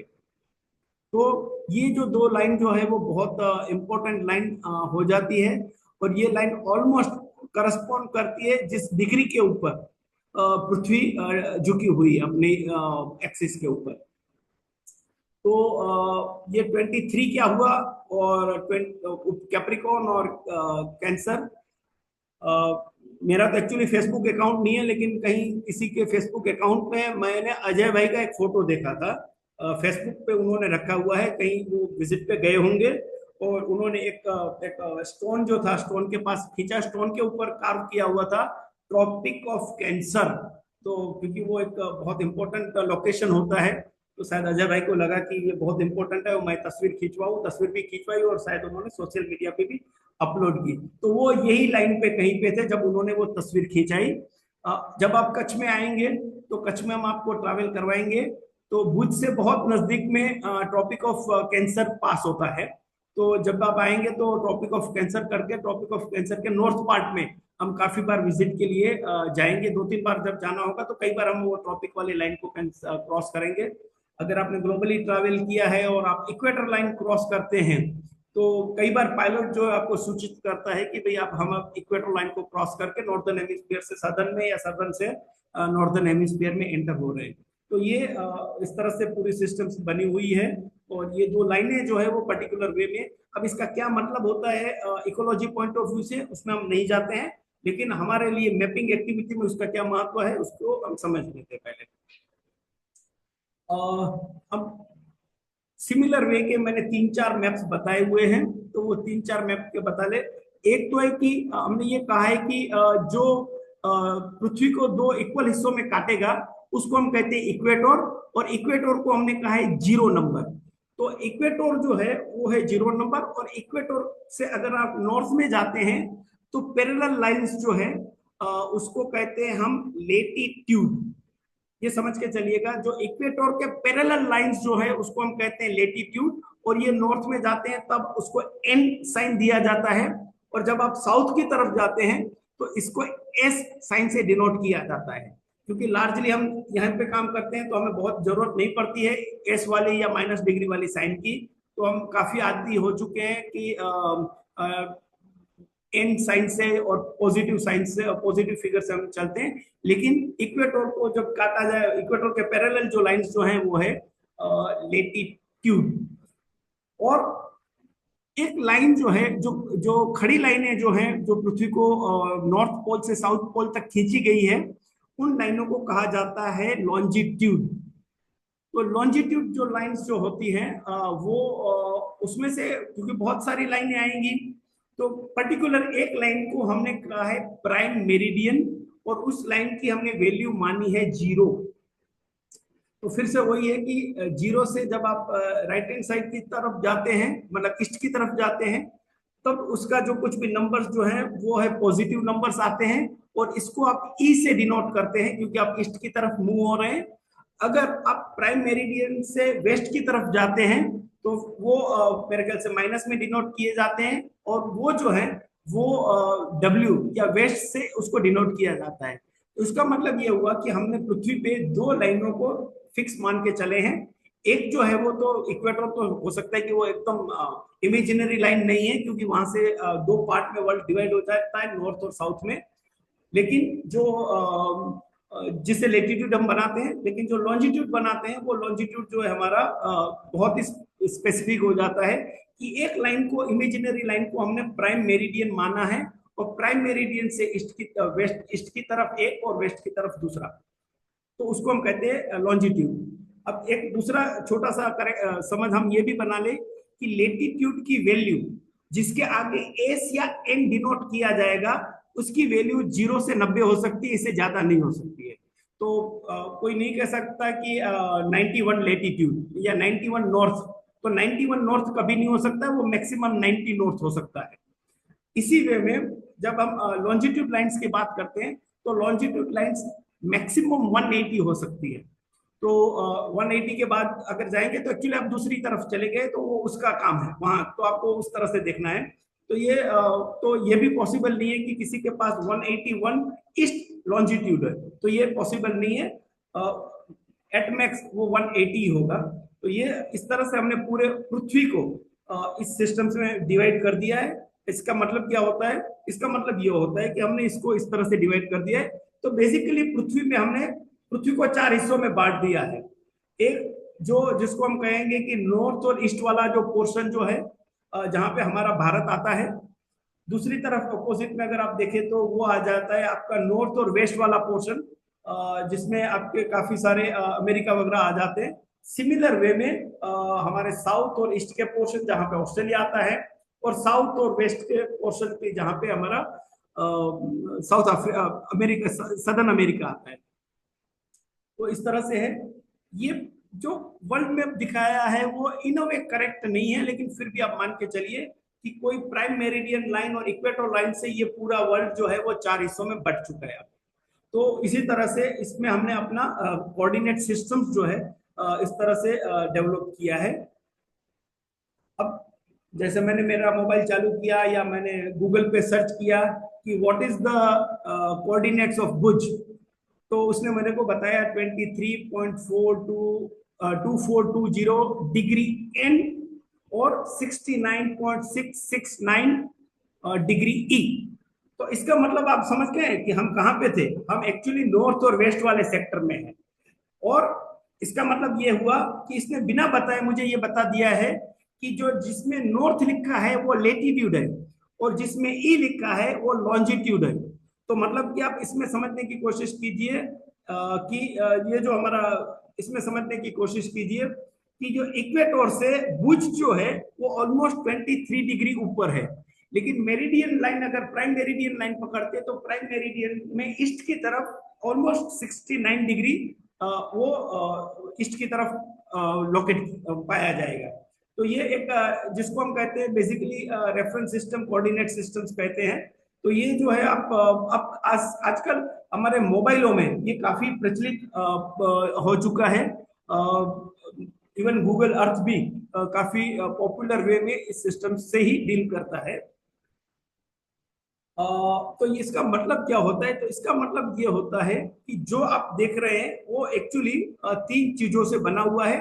कभी कभी उसमें से कुछ चीजों को मिक्स कर दिया जाता है, कभी कभी हटाया जाता है। तो जो आपने जो चीज वहां पे देखी थी उसमें जैसे यहाँ पे लिखा है कि 15 डिग्री नॉर्थ, उसके बाद आता है मिनट्स और मिनट्स के बाद आता है सेकंड। तो अगर इस केस में देखें, अगर भुज वाले केस में देखें, अगर स्लाइड्स आ रही है तो उसमें सिर्फ 23 पॉइंट, तो ये पूरा उन्होंने डेसिमल सिस्टम्स में कन्वर्ट कर दिया है। लेकिन एक्चुअल सिस्टम जो है वो इस तरह से काम करती है कि 15 डिग्री नॉर्थ 24 मिनट्स और 15 सेकंड्स है और 30 degree east 10 minutes and 3 seconds जो है। तो इसको इस तरह से लिखा जाएगा, 15 डिग्री मिनट्स के लिए एक एफसेक्स यूज किया जाएगा और सेकंड्स के लिए 2 बार यूज किया जाएगा। लेटीट्यूड है तो नॉर्थ यूज किया जाएगा, एन साइन दिया जाएगा, और अगर लॉन्जिट्यूड है तो उसको ई साइन दिया जाएगा। तो इस तरह से ये पूरा हमारा जो नोमेनक्लेचर और फॉर्मेशन जो है। और अगर मोटे मोटे तौर पे मैं आपको बताऊं तो एक डिग्री जो है वो 60 मिनट से बनती है और 60 मिनट्स जो है, एक मिनट जो है वो 60 सेकंड से बनती है। इसका मतलब ये हुआ कि एक जो डिग्री जो है वो 3600 सेकंड से बनी हुई है। तो हालांकि अब इसको बहुत मैं इसमें नहीं जाऊंगा क्योंकि इसका कन्वर्जन अभी हमें नहीं करना है। अगर कन्वर्जन करना आया तो भी now readymade converters are available on internet, उसको आप यूज कर सकते हैं। लेकिन ये पूरा जो सिस्टम जो है वो इस तरह से है और आजकल ज्यादातर डेसिमल सिस्टम्स यूज हो रही है। इसके ये कन्वर्जन की सिस्टम्स है, मैं इसमें नहीं जा रहा हूँ। ये पर्टिकुलर स्लाइड जो है 45.5 डिग्री वाली, उसको अगर आपको देखना है तो 0.5 जो 14 को तो 14 रख दिया, लेकिन 0.5 जो था उसको 60 से मल्टीप्लाई कर दिया और जो था उसको भी उसने कुछ कर दिया। तो ये सब हो सकता है कि आप इसको अच्छे से कन्वर्ट कर पाए, लेकिन आपको प्रैक्टिकली इस ड्यूरिंग दिस कोर्स ये करना नहीं रहेगा।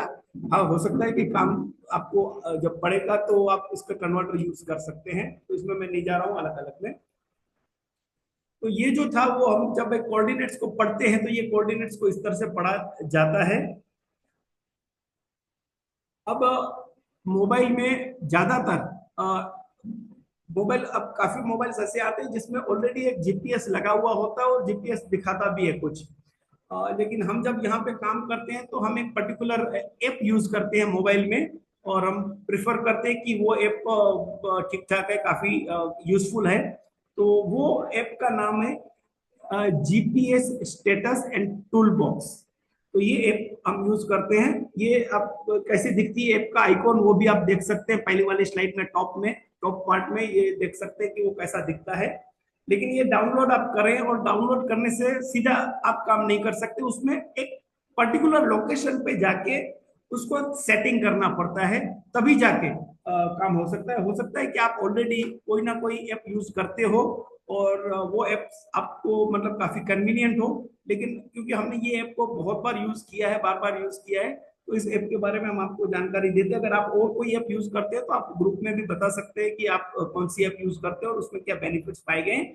ये बहुत ही बेसिक है, इसमें कोई ज्यादा मॉडर्न काम मतलब अब ये पॉइंट मार्क करो, वो पॉइंट मार्क करो, वे पॉइंट मार्क करो, इतना सब इसमें नहीं होता है, लेकिन जो काम करके देता है वो बढ़िया काम करके देता है। तो जब भी आप अगर इसको आप डाउनलोड कर लेते हैं इस ऐप को, तो हम प्रेफर करते हैं कि आप उसके सेटिंग्स में चले जाइए। तो डाउनलोड करने के बाद आप सेटिंग्स में जाइएगा। सेटिंग्स में अगर आप जाते हैं तो एक दूसरे नंबर के सेटिंग यूनिट्स है जिसका नाम है यूनिट्स एंड फॉर्मेटिंग। तो यूनिट्स एंड फॉर्मेटिंग में आपको जाना है। तो यूनिट्स एंड फॉर्मेटिंग में जाएंगे, जब आप दबाएंगे तो एक दूसरा स्क्रीन खुल जाएगा जिसमें लिखा हुआ है लोकेशन फॉर्मेट। तो आपको लोकेशन फॉर्मेट खोलना है। जब आप लोकेशन फॉर्मेट खोलेंगे तो एक डायलॉग बॉक्स पॉपअप होता है उसके ऊपर, जिसमें वो कहता है आपको फॉर्मेट सिस्टम सिलेक्ट करो कि आपको कैसे फॉर्मेट में चाहिए। तो पहले वाले में dd point D D D D degree, दूसरे में dd के बाद लिखा है mm.mm, और तीसरा जो है जो हम प्रिफर करते हैं dd mm एंड ss.s। तो हम ज्यादातर ये तीसरा वाले को सिलेक्ट करते हैं। जो अगर आप भुज वाला देखें, मैं भुज वाले कोऑर्डिनेट्स पे फिर आपको ले जाता हूं ताकि आपको पता चलेगा कि उसने कौन सा सिस्टम यूज किया है। तो अगर आप भुज वाला अगर कोऑर्डिनेट देखेंगे तो भुज ने क्या किया है 23.2420। तो इसका मतलब क्या हुआ कि उसने पहले वाला सिस्टम अगर आप इसमें देखेंगे तो dd उसने वो सिस्टम यूज किया है अपने आप को रिप्रेजेंट करने के लिए, फिगर को रिप्रेजेंट करने के लिए। हम प्रिफर करते हैं कि आप dd mm और ss इतने तक ले लें। इसमें रीडिंग में कोई अगर आप ये इसको सिलेक्ट करते हैं तो इसका मतलब ये नहीं है कि रीडिंग की एक्यूरेसी में आप डिफरेंस ला रहे हैं। रीडिंग तो वही है, लेकिन आपको डिस्प्ले जो है वो उस तरह से देगा। अगर आपने पहले वाला सिलेक्ट किया है तो जैसे मैंने भुज के कोऑर्डिनेट्स बताए उस तरह से वो आपको देगा। अगर आपने इसको सिलेक्ट किया है तो आपको इस तरह से वो सिलेक्ट देगा। लेकिन हम चाहते हैं as a part of this course कि you must have a clear understanding degree, minutes और सेकंड, क्योंकि ये टोपो शीट जो है वो अभी भी इसी सिस्टम्स के इर्द गिर्द हमारा काम हमें लेना पड़ता है। इसलिए जब इसको ये सेटिंग हो गई उसके बाद आपको खुले में जाना है। और खुले में जब आप इसको चलाएंगे तो उसमें कंपास भी आता है और उसमें बहुत सारी डिटेल्स लिखी हुई आती है। वो ये भी आपको डिनोट करता है कि उसके अभी आपके ऊपर कौन कौन से सैटेलाइट्स जो हैं जिससे वो डेटा ले रहा है। क्योंकि आपको सबको पता है कि ये जो लैटिट्यूड लॉन्जिट्यूड का जो कैलकुलेशन जो है वो हमारे मोबाइल सिग्नल से नहीं होता है, वो अलग से डेटा सिग्नल्स होते हैं, वीकर सिग्नल्स हैं, इसलिए एक से ज्यादा हमें लगते हैं, 3 से ज्यादा लगते हैं एक्चुअली में। तो उसको रिप्रेजेंट उसके लिए ये हमें काम में लेना पड़ता है। अब इसमें देखिए लेटीट्यूड लॉन्जिट्यूड जो है वो थर्ड वाली लाइन में लिखा है। आप नीचे देखिए लेटीट्यूड और लॉन्जिट्यूड थर्ड वाली लाइन में लिखा है 26 डिग्री 55 मिनट्स 9.90 सेकंड्स एन। तो ये हो गया आपका लेटीट्यूड का वैल्यू। और उसके बाद लिखा है 70 डिग्री 54 मिनट एंड 32.10 सेकंड। तो ये हो गया आपका ईस्ट, तो ये हो गया आपका लॉन्जिट्यूड का वैल्यू। तो ये जो है आप वैल्यू जो है नॉर्मली फील्ड में होते हैं और बहुत काम होता है तो हम स्क्रीन कैप्चर कर लेते हैं, और अगर नहीं है तो हम इसको नोट में लिख लेते हैं। नोट में लिखते हैं तो तरीके से लिखते हैं ताकि इसमें कोई कंफ्यूजन ना हो। कई बार फील्ड टीम से भी मुश्किल आती है इनको लेके, रीडिंग गलत नहीं लेते हैं, लेकिन इन अप्रोप्रिएट वे में लिखने से भी फर्क पड़ जाता है। तो हम प्रेफर करते हैं कि उसको एक तरीके से ही लिखा जाए। तो जब आप आएंगे तो आपसे भी काम करवाएंगे तो इसी तरीके से आपसे ये पूरा काम का लेखा जोखा होगा। अब ये जो जिस तरह से हमने इसको किया है तो ये बेसिकली 2 चीजों के लिए काम का है। एक जिसको हम कहते हैं मैप टू ग्राउंड, दूसरा होता है ग्राउंड टू मैप। तो पहले समझ लेते हैं ग्राउंड टू मैप क्या है। तो ग्राउंड टू मैप ऐसा है कि आप कई फील्ड में घूम रहे थे और आपने कोई एक पर्टिकुलर जियोलॉजिकल फीचर देखा जो आपको बहुत इंटरेस्ट आया, और आपको देखना था कि वो अर्थ पे कहाँ पे है। तो क्योंकि आपके पास मैप वगैरह कुछ नहीं था तो आप उसको अच्छे से देख नहीं सकते थे, तो आपने उस पर्टिकुलर लोकेशन पे जाके इसको लेटलोंग को लिख लिया। जब आपने लेटलोंग को लिख लिया, आप वापिस आए। वापिस आने के बाद आपने गूगल अर्थ किया और गूगल अर्थ में सर्च किया। सर्च में ये कोऑर्डिनेट्स डाले। जब आप सर्च में कोऑर्डिनेट डाले तो आपको वहां पे वो ले जाएगा, तो आप आराम से देख सकते हो। मान लीजिए कि आपके पास गूगल अर्थ नहीं था और टोपो शीट थी उस इलाके की, तो उस इलाके की टोपो शीट में भी आप इजीली वहां तक जा सकते हैं और उसको देख सकते हैं कि वो पर्टिकुलर लोकेशन पे क्या है। तो ये हो गया कि जब आप फील्ड में थे और फील्ड को आपको मैप पे ले जाना था, तो ये हो गया। हाँ कुणाल जी। तो शैलेश भाई मतलब हमने सपोज हमें एक लोकेशन पे जाके मोबाइल जमीन पे रखना है और वहां पे के जो कोऑर्डिनेट्स आएंगे वो नोट डाउन करने हैं और वो हम लोग फिर गूगल अर्थ में देखेंगे तो पता चलेगा कि हाँ, वो लोकेशन का ऐसे ऐसे ही प्रोसीजर है। ऐसे ही करना है। सिर्फ इतना है कि मोबाइल ओके। जमीन पे नहीं रखना है, हाथ पे रखने से भी चलेगा। ओके। ठीक है। मैं आपको ये भी बता दूं कि जितना मेरा एक्सपीरियंस है गूगल अर्थ पे काम करने का, इवन गूगल मैप पे काम करने का, गूगल अर्थ तो थोड़ी और आगे की चीज हो गई, लेकिन गूगल मैप पे भी जब हम काम करते हैं तो गूगल मैप में हम अगर कोऑर्डिनेट सिस्टम, मैं तो अगर मैं कर रहा हूं तो मैं कुछ नहीं करता हूं। मैं क्या करता हूं, 26 स्पेस 55 स्पेस 9.90 स्पेस 70 स्पेस 90 के बाद कोमा, उसके बाद 70 स्पेस 50 स्पेस 32.10, इसको अगर आप एंटर कर देंगे तो वो अपने आप में जो बैकवर्ड कैलकुलेशंस करना है वो सब कैलकुलेशन करके आपको एग्जैक्ट उसी जगह पे पहुंचा देगा। आपको इंटरनल कन्वर्जन कोऑर्डिनेट सिस्टम्स का नहीं करना पड़ता है।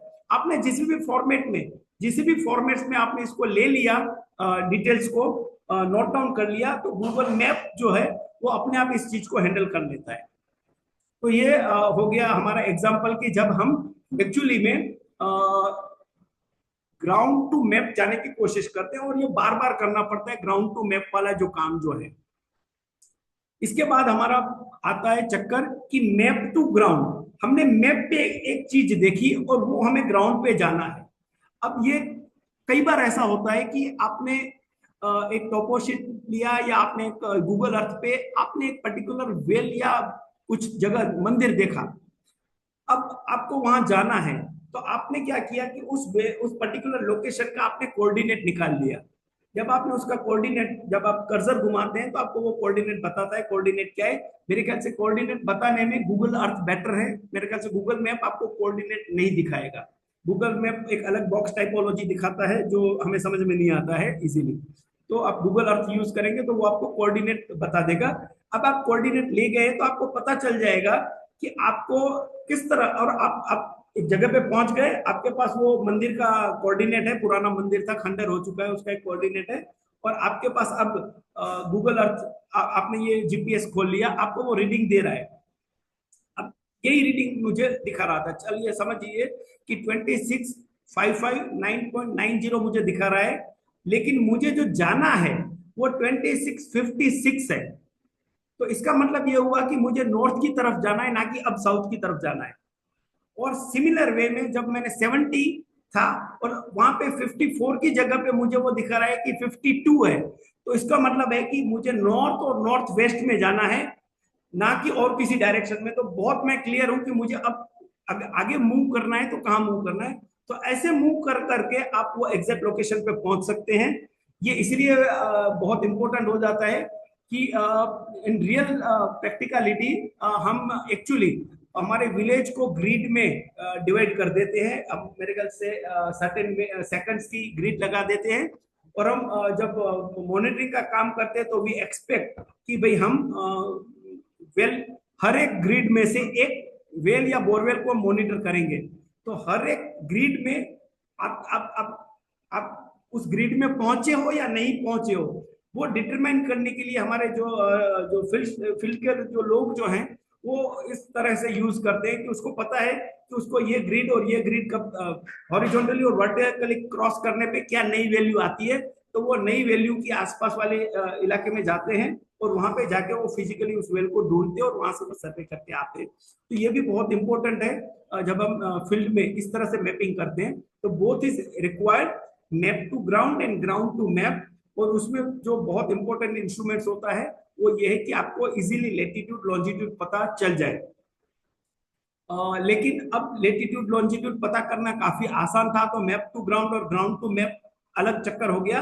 लेकिन जब ये सिस्टम्स नहीं थी, मोबाइल या इस तरह के कोऑर्डिनेट सिस्टम इजीली एक्सेसिबल नहीं थे, तब एनसीसी अगर आप लोगों ने किया होगा तो एनसीसी में बढ़िया से सिखाया जाता था। एक प्रोटेक्टर आता था, बहुत चौकोर किस्म का आता था प्रोटेक्टर, और प्रोटेक्टर्स को यूज करते हुए आपको टोपोशीट से वो चीजों को कैसे आपको एक्चुअली दो लोकेशन चाहिए जो आपके आंख के सामने विजिबल है, तो आप इजीली अपने आप को मैप टू ग्राउंड या ground to map easily convert कर सकते थे। लेकिन क्योंकि अब ये मोबाइल और ये तरह के इंस्ट्रूमेंट्स काफी कॉमन हो चुके हैं, तो अब इसकी खास कोई जरूरत नहीं रही, अब मोबाइल से ही कर लेते। लेकिन आज भी मैप टू ग्राउंड और ग्राउंड टू मैप फ्रीक्वेंटली करना पड़ता है when we do a field work. तो इतनी जो चीज बात की, अगर उसमें कोई कंफ्यूजन है तो बताइए, वरना हम और आगे चलते हैं।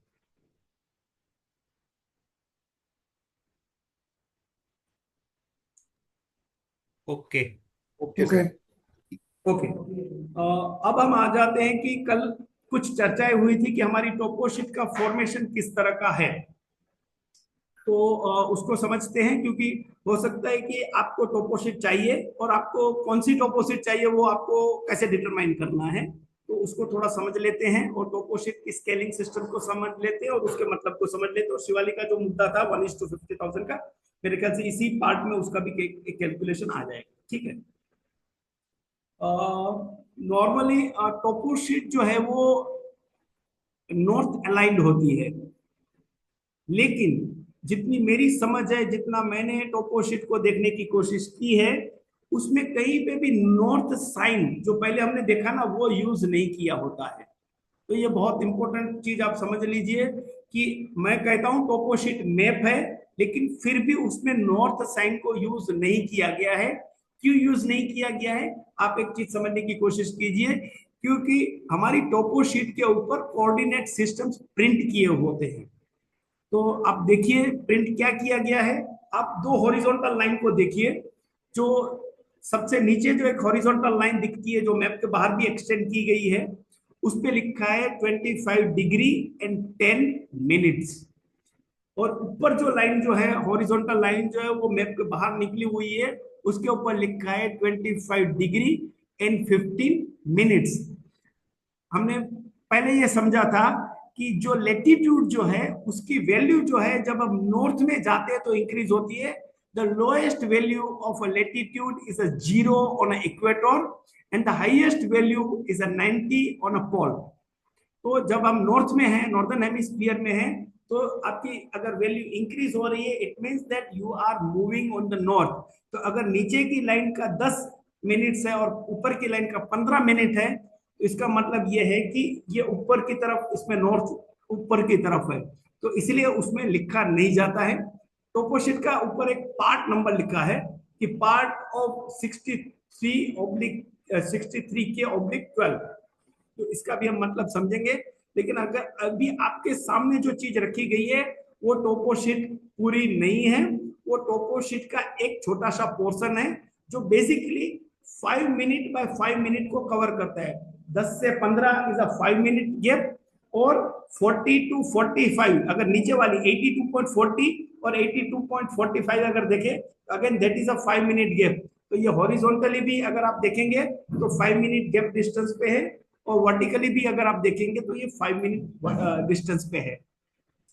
मिनट क्या है हम समझ आके आ चुके हैं, जब 60 मिनट होगा तभी जाके आपका 1 डिग्री होगा। ओके। एक यहाँ पे दिखाया गया है, भारत का नक्शा दिखाया गया है। तो भारत का नक्शा जो है उसमें कुछ बॉक्स बनाए गए हैं और बॉक्स के अंदर नंबर लिखे गए हैं। तो अगर आप, मैं गुजरात को अगर आप बात करें तो गुजरात लार्जली गुजरात दो पार्ट में पड़ता है।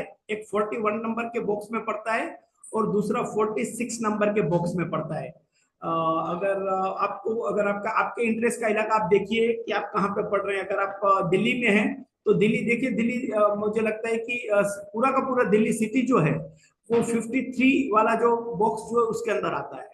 तो इस तरह से आपको पहले वो डिसाइड करना है। तो ऊपर वाली टोपोशीट में अगर आप देखें ना, तो 63 जो था वो 63 क्या था, तो वो 63 वो बॉक्स नंबर था। तो आप आ गए, आप देखिए 54 वाले बॉक्स के पास में एक 63 नंबर का बॉक्स है, तो वो 63 उसको डिनोट करता है। तो ये 63 हो गया। 63 के बॉक्स की एक टोपोशीट बनी हुई है, एक ही सीट के ऊपर 63 पूरा का पूरा बॉक्स को प्रिंट कर दिया गया है। और जब वो प्रिंट किया गया था तब उसका जो स्केल जो है वो 1 सेंटीमीटर इजिकल टू 10 किलोमीटर है। तो उस लेवल का वो मतलब होगा, तो आप समझ सकते हैं कि ये स्केल जो है वो छोटा स्केल कहा जाएगा। इसमें बड़ा एरिया कवर होगा लेकिन डिटेल कम होगी। लेकिन ये जो बॉक्स जो होता है 53 नंबर या कोई भी नंबर का बॉक्स आप पकड़ लीजिए, उस पर्टिकुलर बॉक्स को फर्दर 16 बॉक्सेस में डिवाइड किया गया है। जो यहाँ पे 55 नंबर का जो बॉक्स है उसको आप देखिए, उसको फर्दर डिवाइड किया गया है 16 बॉक्स में। शैलेश में एक रिक्वेस्ट है, आप अगर पॉइंटर या माउस अगर यूज कर सकते हैं तो हम लोकेट कर पाएंगे। सही है, हाँ वो थोड़ा इजी हो जाएगा। पड़ेगा। Thank you. मेरा तो पॉइंटर अभी आपको नहीं दिख रहा होगा, कहाँ से लेना वो भी मुझे नहीं आता है। नहीं, ये माउस ठीक है, ये माउस अभी दिख रहा था। ठीक नहीं, है। वो जैसे सजीना बहन यूज करते हैं ना पॉइंटर, तो वो I think I think Ankit. Annotation से आता है क्या, वो एनोटेशन से राइट आता है? नहीं क्लिक, नहीं नहीं, राइट क्लिक यस करके यस, ट्राई कीजिए। राइट क्लिक करके आएगा। मैं कल ट्रेनिंग ले लूंगा सेजिना बेन से। ठीक हाँ है। वो एक्चुअली ना हम लोग सब ढूंढ रहे इधर उधर कहाँ पे है, तो वो एक बार मिल जाता थोड़ा। ठीक है, अभी आपको माउस से पता चल रहा है ना, मेरा माउस का कर्सर आप। यस हाँ चल रहा है चल रहा है। Yes yes. ठीक है। तो बेसिकली जो 53 नंबर का जो 55 नंबर का जो बॉक्स जो है, उस बॉक्स को देखिए, वो अगर पूरा का पूरा छापा जाएगा, पूरा का पूरा 55 नंबर का बॉक्स छापा जाएगा, तो वो क्या होगा कि वो पूरा इलाका एक सीट के ऊपर आ जाएगा। और तब उसका स्केल जो होगा वो होगा 1 centimetre is equal to 100 kilometre 10 kilometre, तो उस तरह से वो होगा। लेकिन क्योंकि आपको कई बार इससे ज्यादा डिटेल्स की जरूरत पड़ेगी, तो इस बॉक्स को फर्दर 16 बॉक्सेस में डिवाइड किया गया है। लेकिन अब उसका नोमेनक्लेचर जो है डिवीजन का, वो समझ लीजिए ए कहाँ पे है, बी कहाँ पे है, सी कहाँ पे है, ऐसे करके दिया गया है। तो डी, ई, एफ, जी, एच, आई, जे, के, तो ऐसे करके इसको 16 में डिवाइड किया गया है। फर्दर आपको ऐसी वाली टोपोशीट मिल जाएगी कि जिसके ऊपर लिखा होगा कि ये 55D है या ये 55E है। तो ये जब आपको टोपोशीट मिलती है तब आपका जो स्केल जो होता है वो 1 centimetre is equal to 2.5 kilometre के स्केल के ऊपर ये टोपोशीट छपेगी।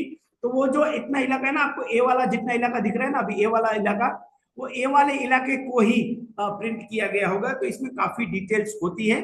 कल जब पदम जी जब बात कर रहे थे, कल पदम जी जो पूछ रहे थे, तो मैंने उनको यही कहा था कि इसका मतलब ये होता है कि इन वाली टोपोशीट पे कंटूर इंटरवल लार्जली 100 मीटर के आसपास होता है। तो ये 100 मीटर कंटूर इंटरवल्स इसमें आपको मिलेगा, और ये टोपोशीट्स भी आपको मिल जाती है।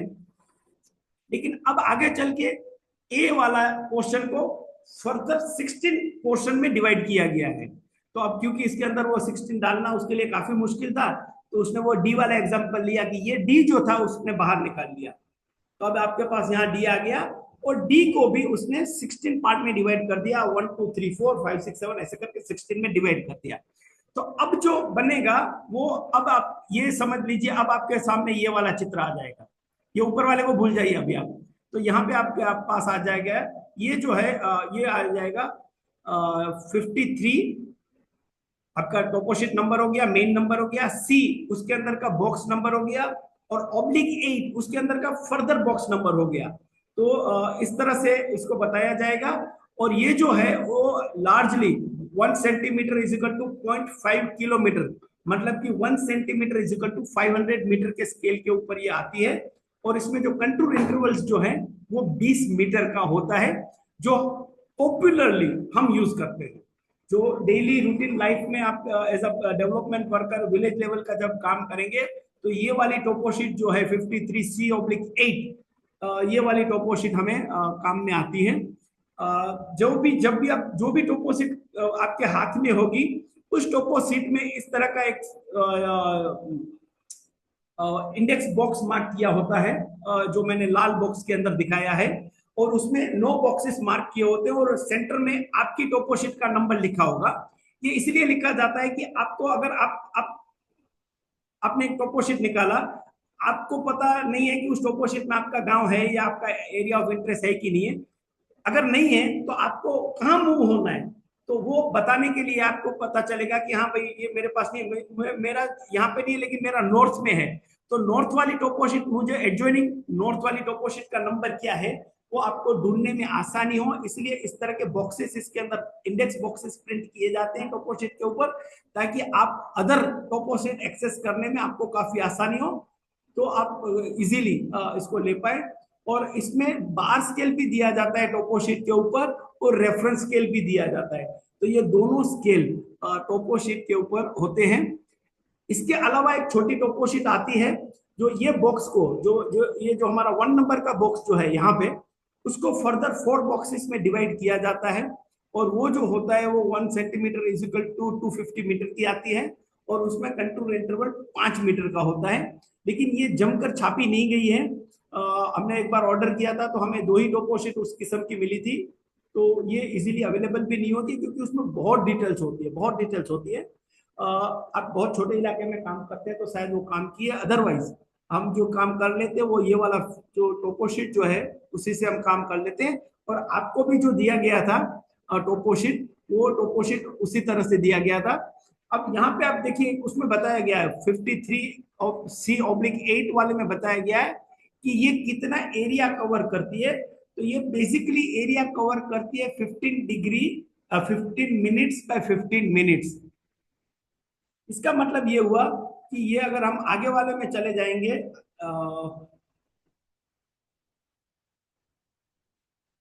तो ये जो है ये actually 15 degree by 15 minutes bye 15 minutes नहीं है, ये 5 मिनट्स बाय 5 मिनट्स है। इसका मतलब ये हुआ कि ये टोटालिटी में जितना उस टोपोशीट का है उसका ये 1/9 पोर्शन है, 1/9 पोर्शन है, ये पूरा नहीं है।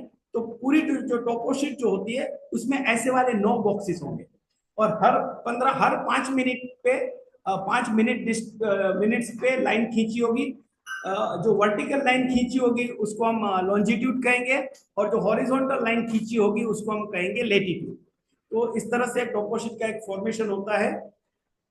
अब आ जाते हैं कि जो शिवालिक का जो क्वेश्चन जो था कि 1:50,000 का मतलब क्या होता है, तो जो हम यूज करते हैं उसको हम कहते हैं कि ये भाई हमारा रेफरेंस सिस्टम है, और रिप्रेजेंटेटिव सिस्टम रिफ्लेक्शन है, और इसका मतलब है कि 1 unit on a map represent 50,000 unit on a ground. तो इसका मतलब ये हुआ कि 1 सेंटीमीटर ऑन अ मैप, जब आप मैप पे 1 सेंटीमीटर चलते हैं या 1 सेंटीमीटर डिस्टेंस मैप पे कवर करते हैं, तो रियल लाइफ सिचुएशन में आप 50,000 सेंटीमीटर कवर करते हैं। लेकिन इसका 50,000 सेंटीमीटर का कोई मतलब नहीं होता है, तो इसको पॉपुलरली हम मीटर में कन्वर्ट कर देते हैं। तो इसका मतलब होता है कि जब आप मैप पे 1 सेंटीमीटर कवर करते हैं तो इन रियल वर्ल्ड वो 500 मीटर में ट्रैवल करते हैं या कवर करते हैं। तो इस तरह से इसका कैलकुलेशन होता है। अगर इसी चीज को अगर आप ईच में समझ ले तो विल बी द सेम, लेकिन ईच में कन्वर्जन नीचे वाला जो लास्ट लाइन है वो बदल जाएगा। अब एक छोटा सा एग्जांपल ये दिया है कि इफ देयर आर 2 टाउन्स और 2 टाउन के बीच में 4 सेंटीमीटर का डिस्टेंस है सेम टोपोशीट के ऊपर, तो एक्चुअल में इन रियल लाइफ या रियल वर्ल्ड सिचुएशन को डिस्टेंस कितना होगा, तो 4 सेंटीमीटर मल्टीप्लाई बाय 500 मीटर और इज इक्वल टू हो जाएगा आपका 2000 metre. Again 2000 metre will not make a big sense, तो इसका मतलब है कि वो जो टाउन जो है वो एक दूसरे से 2 किलोमीटर डिस्टेंस अपार्ट है। तो ये हो गया इसका टोपोशीट में जब हम कुछ भी पढ़ते हैं या कुछ भी ऐसा रेफरेंस रिप्रेजेंटेटिव फ्रैक्शन सिस्टम्स पढ़ते हैं तो इसको इस तरह से हम बता सकते हैं। शैलेश भाई ये ग्लोबल स्टैंडर्ड है अक्रॉस, मतलब 50,000 यूनिट्स वाला जो है, मतलब देखो स्टैंडर्ड ये टोपोशीट पे है, स्टैंडर्ड तो कुछ भी आप कर सकते हैं, लेकिन भारत सरकार जब छाप देखो ये जो टेबल जो है ना, ये ऊपर वाला हमारा जो टेबल जो है इसको आप पकड़ लीजिए, ये जो है ना 53, 53C, 53CN एंड 53CE, ये जो है वो एक फॉर्मेशन सिस्टम से हमारे टोपोशीट को इसी तरह से फॉर्म किया जाएगा।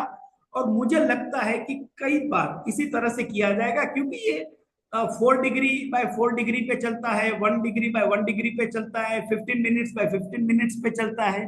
तो क्योंकि दुनिया इसी तरह से हमने मेजर की है डिग्री और मिनट्स और सेकंड्स में, तो मुझे लगता है कि जब दूसरे देशों ने भी अपनी टोपोशीट बनाई होगी या बनाते होंगे या अपडेट भी करते होंगे, तो यही सिस्टम्स को फॉलो करते होंगे। लेकिन मुझे नहीं पता कि वो करते हैं कि नहीं करते, मैं जस्ट गेस कर रहा हूं, क्योंकि ये मेजरमेंट सिस्टम जो है वो यूनिवर्सल और ग्लोबल किस्म का है, इसलिए सब उसी को। अब कोई बोलेगा मैं 15 से 16 का मतलब 12 ऐसे और 16 ऐसे डिग्री या मिनट्स में करूंगा, तो थोड़ा ओड हो जाएगा। इंटरनेशनल टोपोशीट्स या दूसरे इलाके की टोपोशीट्स जो भारत की नहीं है, वो आप सर्च कर सकते हैं। मुझे लगता है इंटरनेट पे कई बार मिल जाती है, अब मिलती है कि नहीं पता मुझे, लेकिन पहले मिलती थी, तो उसको आप देख लीजिए, उसमें किस तरह से कोऑर्डिनेट सिस्टम्स या रेफरेंस सिस्टम्स उसमें बताई गई है, तो थोड़ा आपका भी समझ बढ़ जाएगा। लेकिन मैं मान के चलता हूं कि हो सकता है ये ग्लोबल किस्म का ही सिस्टम्स हो। लेकिन जब भारत सरकार कहता है कि 1:50,000 है, सर्वे ऑफ इंडिया कहता है कि ये 1:50,000 है, तो मतलब एक ही स्टैंडर्ड से बनी हुई सिस्टम्स है, एक ही किस्म से उसमें सब चीजें बताई गई है। वो 5 डिग्री अपार्ट 15 डिग्री अपार्ट है, और 15 डिग्री के बॉक्स के अंदर 5 डिग्री अपार्ट है, तो 9 बॉक्सेस इसके अंदर आपको मिलेंगे। तो ये इस तरह से पूरी सिस्टम्स काम करती है।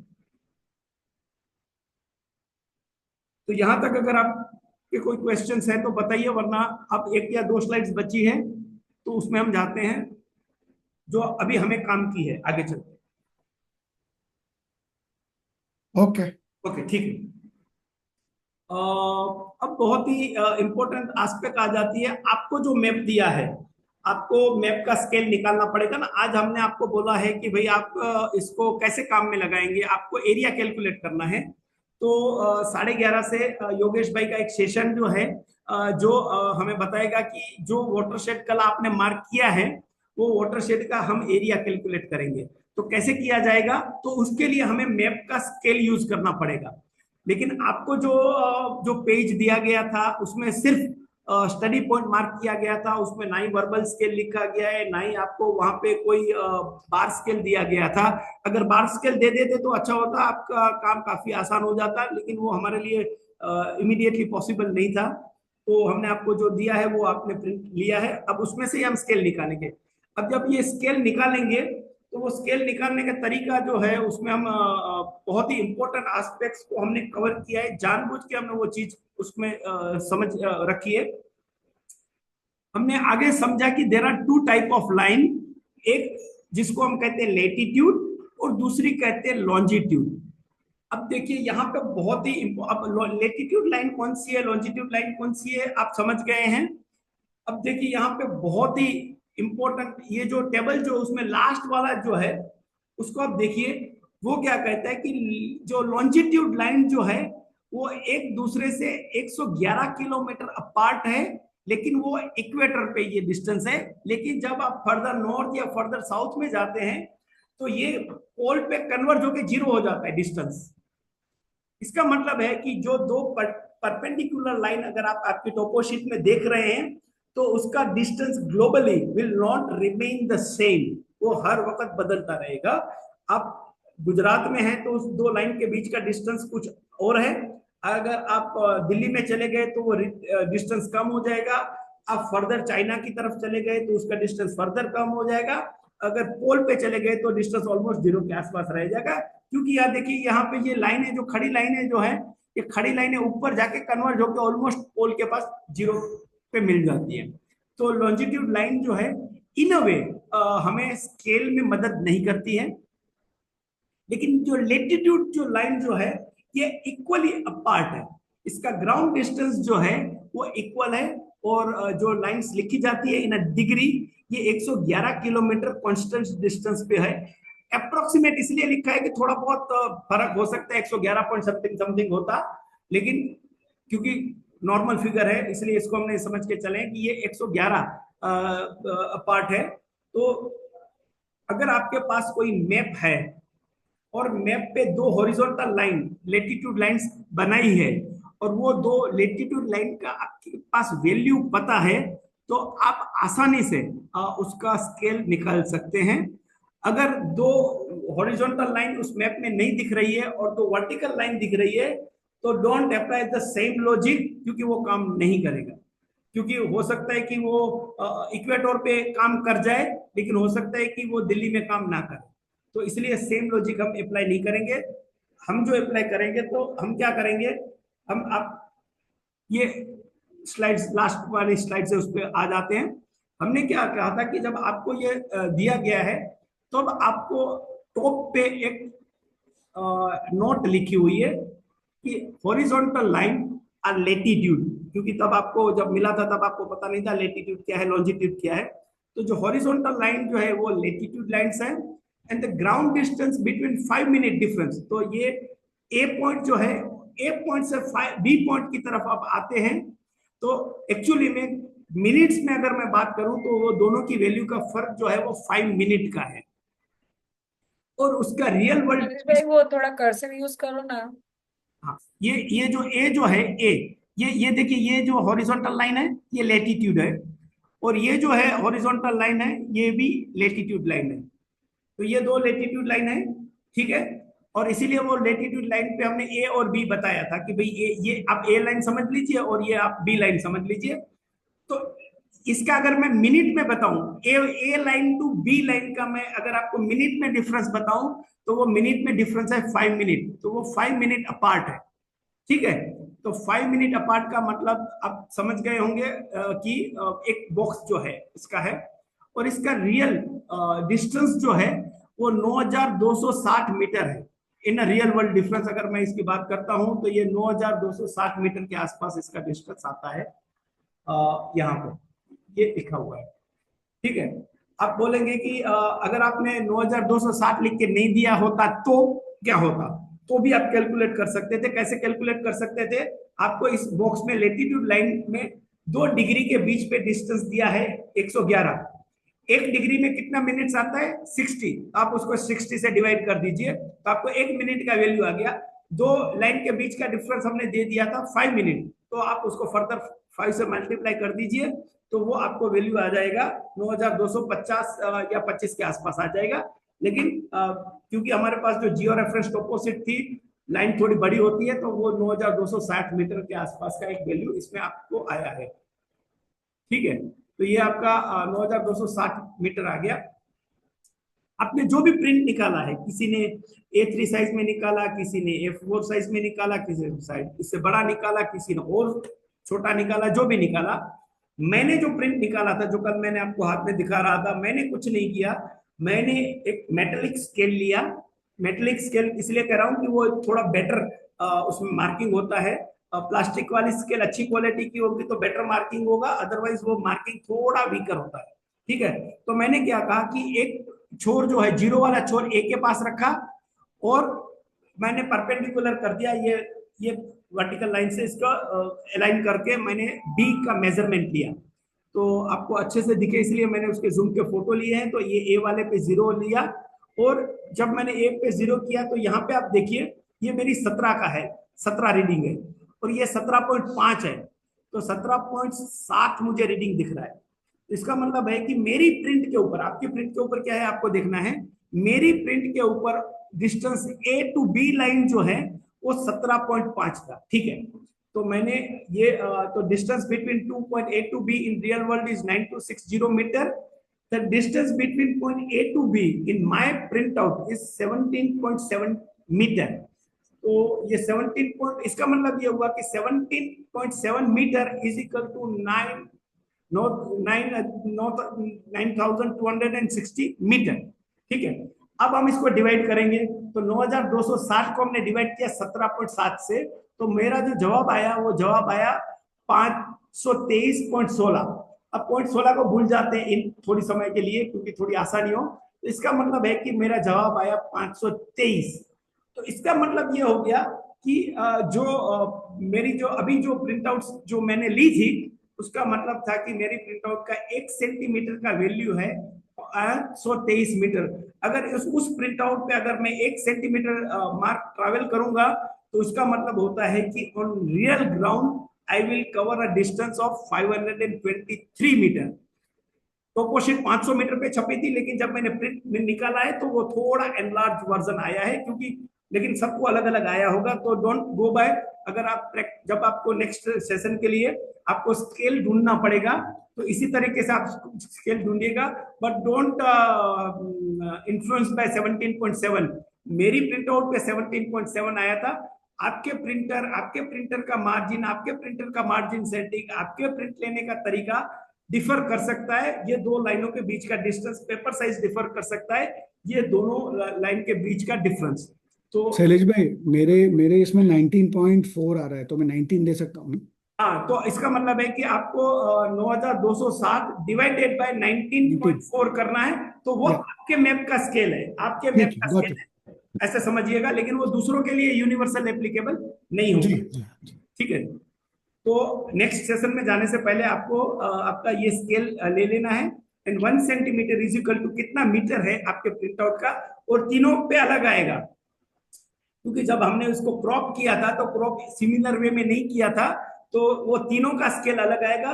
तो डोंट से कि मेरा एक मैप का स्केल ऐसा आ गया था तो बाकी दोनों मैप के मेरे स्केल सेम है, डोंट गो बाय दैट। आपका पहले इसीलिए मैंने टोपोशीट को भी नंबर दिया था, और इसमें भी मैंने केयरफुली लिखा है कि my print out of topo map 1, your print out of topo map 1, your print out of topo map 2 and your print out of topo map 3। ये तीनों के स्केल्स आप बाय द टाइम, जब हम अभी ब्रेक करेंगे, क्वेश्चंस होंगे उसको लेने के बाद, जब ब्रेक करेंगे तो ब्रेक के दौरान आप इसको निकाल लीजिएगा। Then the next session will be led by the Yogesh. तो यहाँ तक था आज का ये पूरा मैप, स्केल, कोऑर्डिनेट, रेफरेंस, टोपोसिटी का फॉर्मेशन सिस्टम्स, और रियल वर्ल्ड में जब हम काम करेंगे तो उसका मतलब। तो इसमें अगर आपके कुछ क्वेश्चंस है तो आप बताइए, उसको हम ले लेते हैं, अदरवाइज हम नेक्स्ट ब्रेक करेंगे और नेक्स्ट सेशन की तरफ बाद में मूव करेंगे। शैलेश भाई, एक सवाल था मेरा। पूछिए। मैं शायद थोड़ा सा मिस किया हूँ, हो सकता है कि वो आपने बताया होगा। गलत जैसे ये जो टॉपोशीट दिए थे वो आपने एक सर्टेन स्केल पे दिए थे, नहीं दिए। बट हम लोगों ने जब प्रिंट किए तो उसको एग्जैक्टली वो नहीं आया है, वो श्रिंक टू फिट किया है। तो अब वो स्केल बिगड़ गया होगा, तो उसको कैसे, मतलब मैं आपको यही समझाने की कोशिश करता हूं कि हमने भी आपको कोई स्केल पे नहीं दिया था, ओके। हमने तो रेंडमली क्रॉप कर दिया था, और क्रॉप हाँ। करने के बाद आपको दे दिया है, आप समझिए, उसमें हमने यस। कुछ नहीं किया है। और मुझे भी पता है कि मैंने भी रेंडमली क्रॉप किया। तीनों जो टोपोशीट जो है उसका क्रॉपिंग एक जैसा नहीं है, वो डिफर करता है तीनों के टोपोशीट का क्रॉपिंग, नंबर 1। नंबर 2, आप भी जब प्रिंट निकालेंगे तो डिफरेंट वे में निकालेंगे। लेकिन यस। हमने केयरफुली एक काम किया कि जो दो हॉरिजॉन्टल लाइन थी जिसको हम लेटीट्यूड कहते हैं, वी हैव मेड श्योर कि वो लेटीट्यूड लाइन जो है वो क्रॉप के वक्त गायब ना हो जाए। हाँ हाँ। अगर मान लीजिए कि मैंने इसको ऐसे क्रॉप किया होता कि नीचे वाली लेटीट्यूड लाइन क्रॉप हो जाती, तो अब आप इसको कुछ नहीं कर सकते। आप इसका, आपके पास जो प्रिंट आउट है उसमें भी वो लेटीट्यूड लाइन नहीं आती नीचे वाली। अगर वो नीचे वाली लेटीट्यूड लाइन आपके पास नहीं आती तो आप उसका स्केल नहीं ढूंढ सकते थे।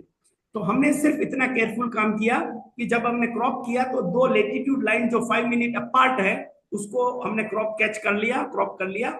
अब आप कुछ भी कर लीजिए, ये दो लाइन अगर ए और बी पॉइंट वाली लाइन, ए लाइन और बी लाइन अगर आपको दिखती है तो फॉरगेट अबाउट की स्केल क्या हमने दिया था, फॉरगेट अबाउट इट। आप जस्ट एक मेटेलिक स्केल लीजिए, अगर नहीं है तो छोटी वाली भी चलेगी, कोई भी, लेकिन मेटेलिक बेटर, उससे लीजिए और ए लाइन से बी लाइन का डिस्टेंस नाप लीजिए, लिख लीजिए सेंटीमीटर में कितना है।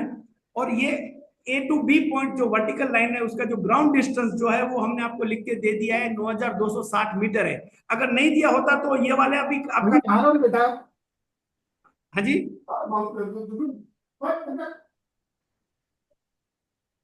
तो अगर ये नहीं भी दिया होता तो भी आप ये 11 अप्रोक्सीमेट जो 111 किलोमीटर है उससे उस डिस्टेंस को आप ले सकते थे, लेकिन हमने मेजर करके भी आपको दे दिया। और अगर फ्यूचर में अगर आपको नहीं भी मिलता है, आपके पास कोई भी गिवन प्रिंट आउट है which is a 5 minute apart, तो वो latitude line which is a 5 minute apart, तो आप इजीली उसके ऊपर से उस पर्टिकुलर प्रिंट आउट का मैप का स्केल निकाल सकते हैं। इस गिवन मैटर में कैसे स्केल निकालना है वो मैंने एक्सप्लेन किया। अगर और भी कुछ आपको क्लैरिफिकेशन चाहिए तो पूछिए पदम जी। I think no question from my side. Okay, तो आप बताइए अगर आपके क्वेश्चंस है तो रहते हैं, वरना इसको अभी हम और या एक जैसे शैलेश भाई, जब हम लोग पहले एरिया निकालते थे तो इस एरिया को ग्राफ पेपर पर टेस्ट कर लेते थे, वो डब्बे गिन के वो निकाल लेते थे। वही आज आपको करना है योगेश। अच्छा, वही है या और भी कोई एडवांस तरीका भी है? नहीं नहीं, कोई एडवांस नहीं, बेसिक, अच्छा। बैक टू द बेसिक ऐसा यस। वाला है। एक बार आप मैन्युअली करेंगे तो कुछ गड़बड़ हुई है, मशीन से कुछ गड़बड़ होगी तो आपको समझ में आएगा, वरना आज का जो प्रैक्टिकल जो योगेश भाई बताएंगे, इसीलिए आपको जो नोट भी दिया गया था उसमें कहा गया था कि 1 सेंटीमीटर अपार्ट वाला जो ग्राफ पेपर है और कार्बन पेपर है वो आपको रखना है, तो पिनअप करके आप उसको मार्क करेंगे और मार्क करने के बाद आपको गिन के आपका एरिया निकालना है, विच इज मोर, मतलब 100% तो एक्यूरेट नहीं आएगा, लेकिन काफी हद तक आपका वो जो है वो सही होगा। आपने सही गेस किया है कि ग्राफ पेपर से ही हम निकालेंगे, अभी और कोई तरीका नहीं करेंगे। तरीका ना करने का दो वजह है। अगर हम जीआईएस वगैरह में चले जाते हैं तो उसमें एक दूसरा प्रॉब्लम आता है कि ज्यादातर जीआईएस सॉफ्टवेयर जो है वो पेड वर्जन वाले होते हैं, तो पायरेसी एंकरेज हो जाएगी बिना वजह। और दूसरा है कि कोर्स का जो प्राइम फोकस जो है वो ग्राउंड वाटर को और उसके मैनेजमेंट एस्पेक्ट को अंडरस्टैंड करना है, ना कि काफी सारी मैपिंग एक्टिविटी को। तो ये ध्यान में रखते हुए हमने कुछ चीजों को बहुत ही बेसिक पे छोड़ा है। ओके।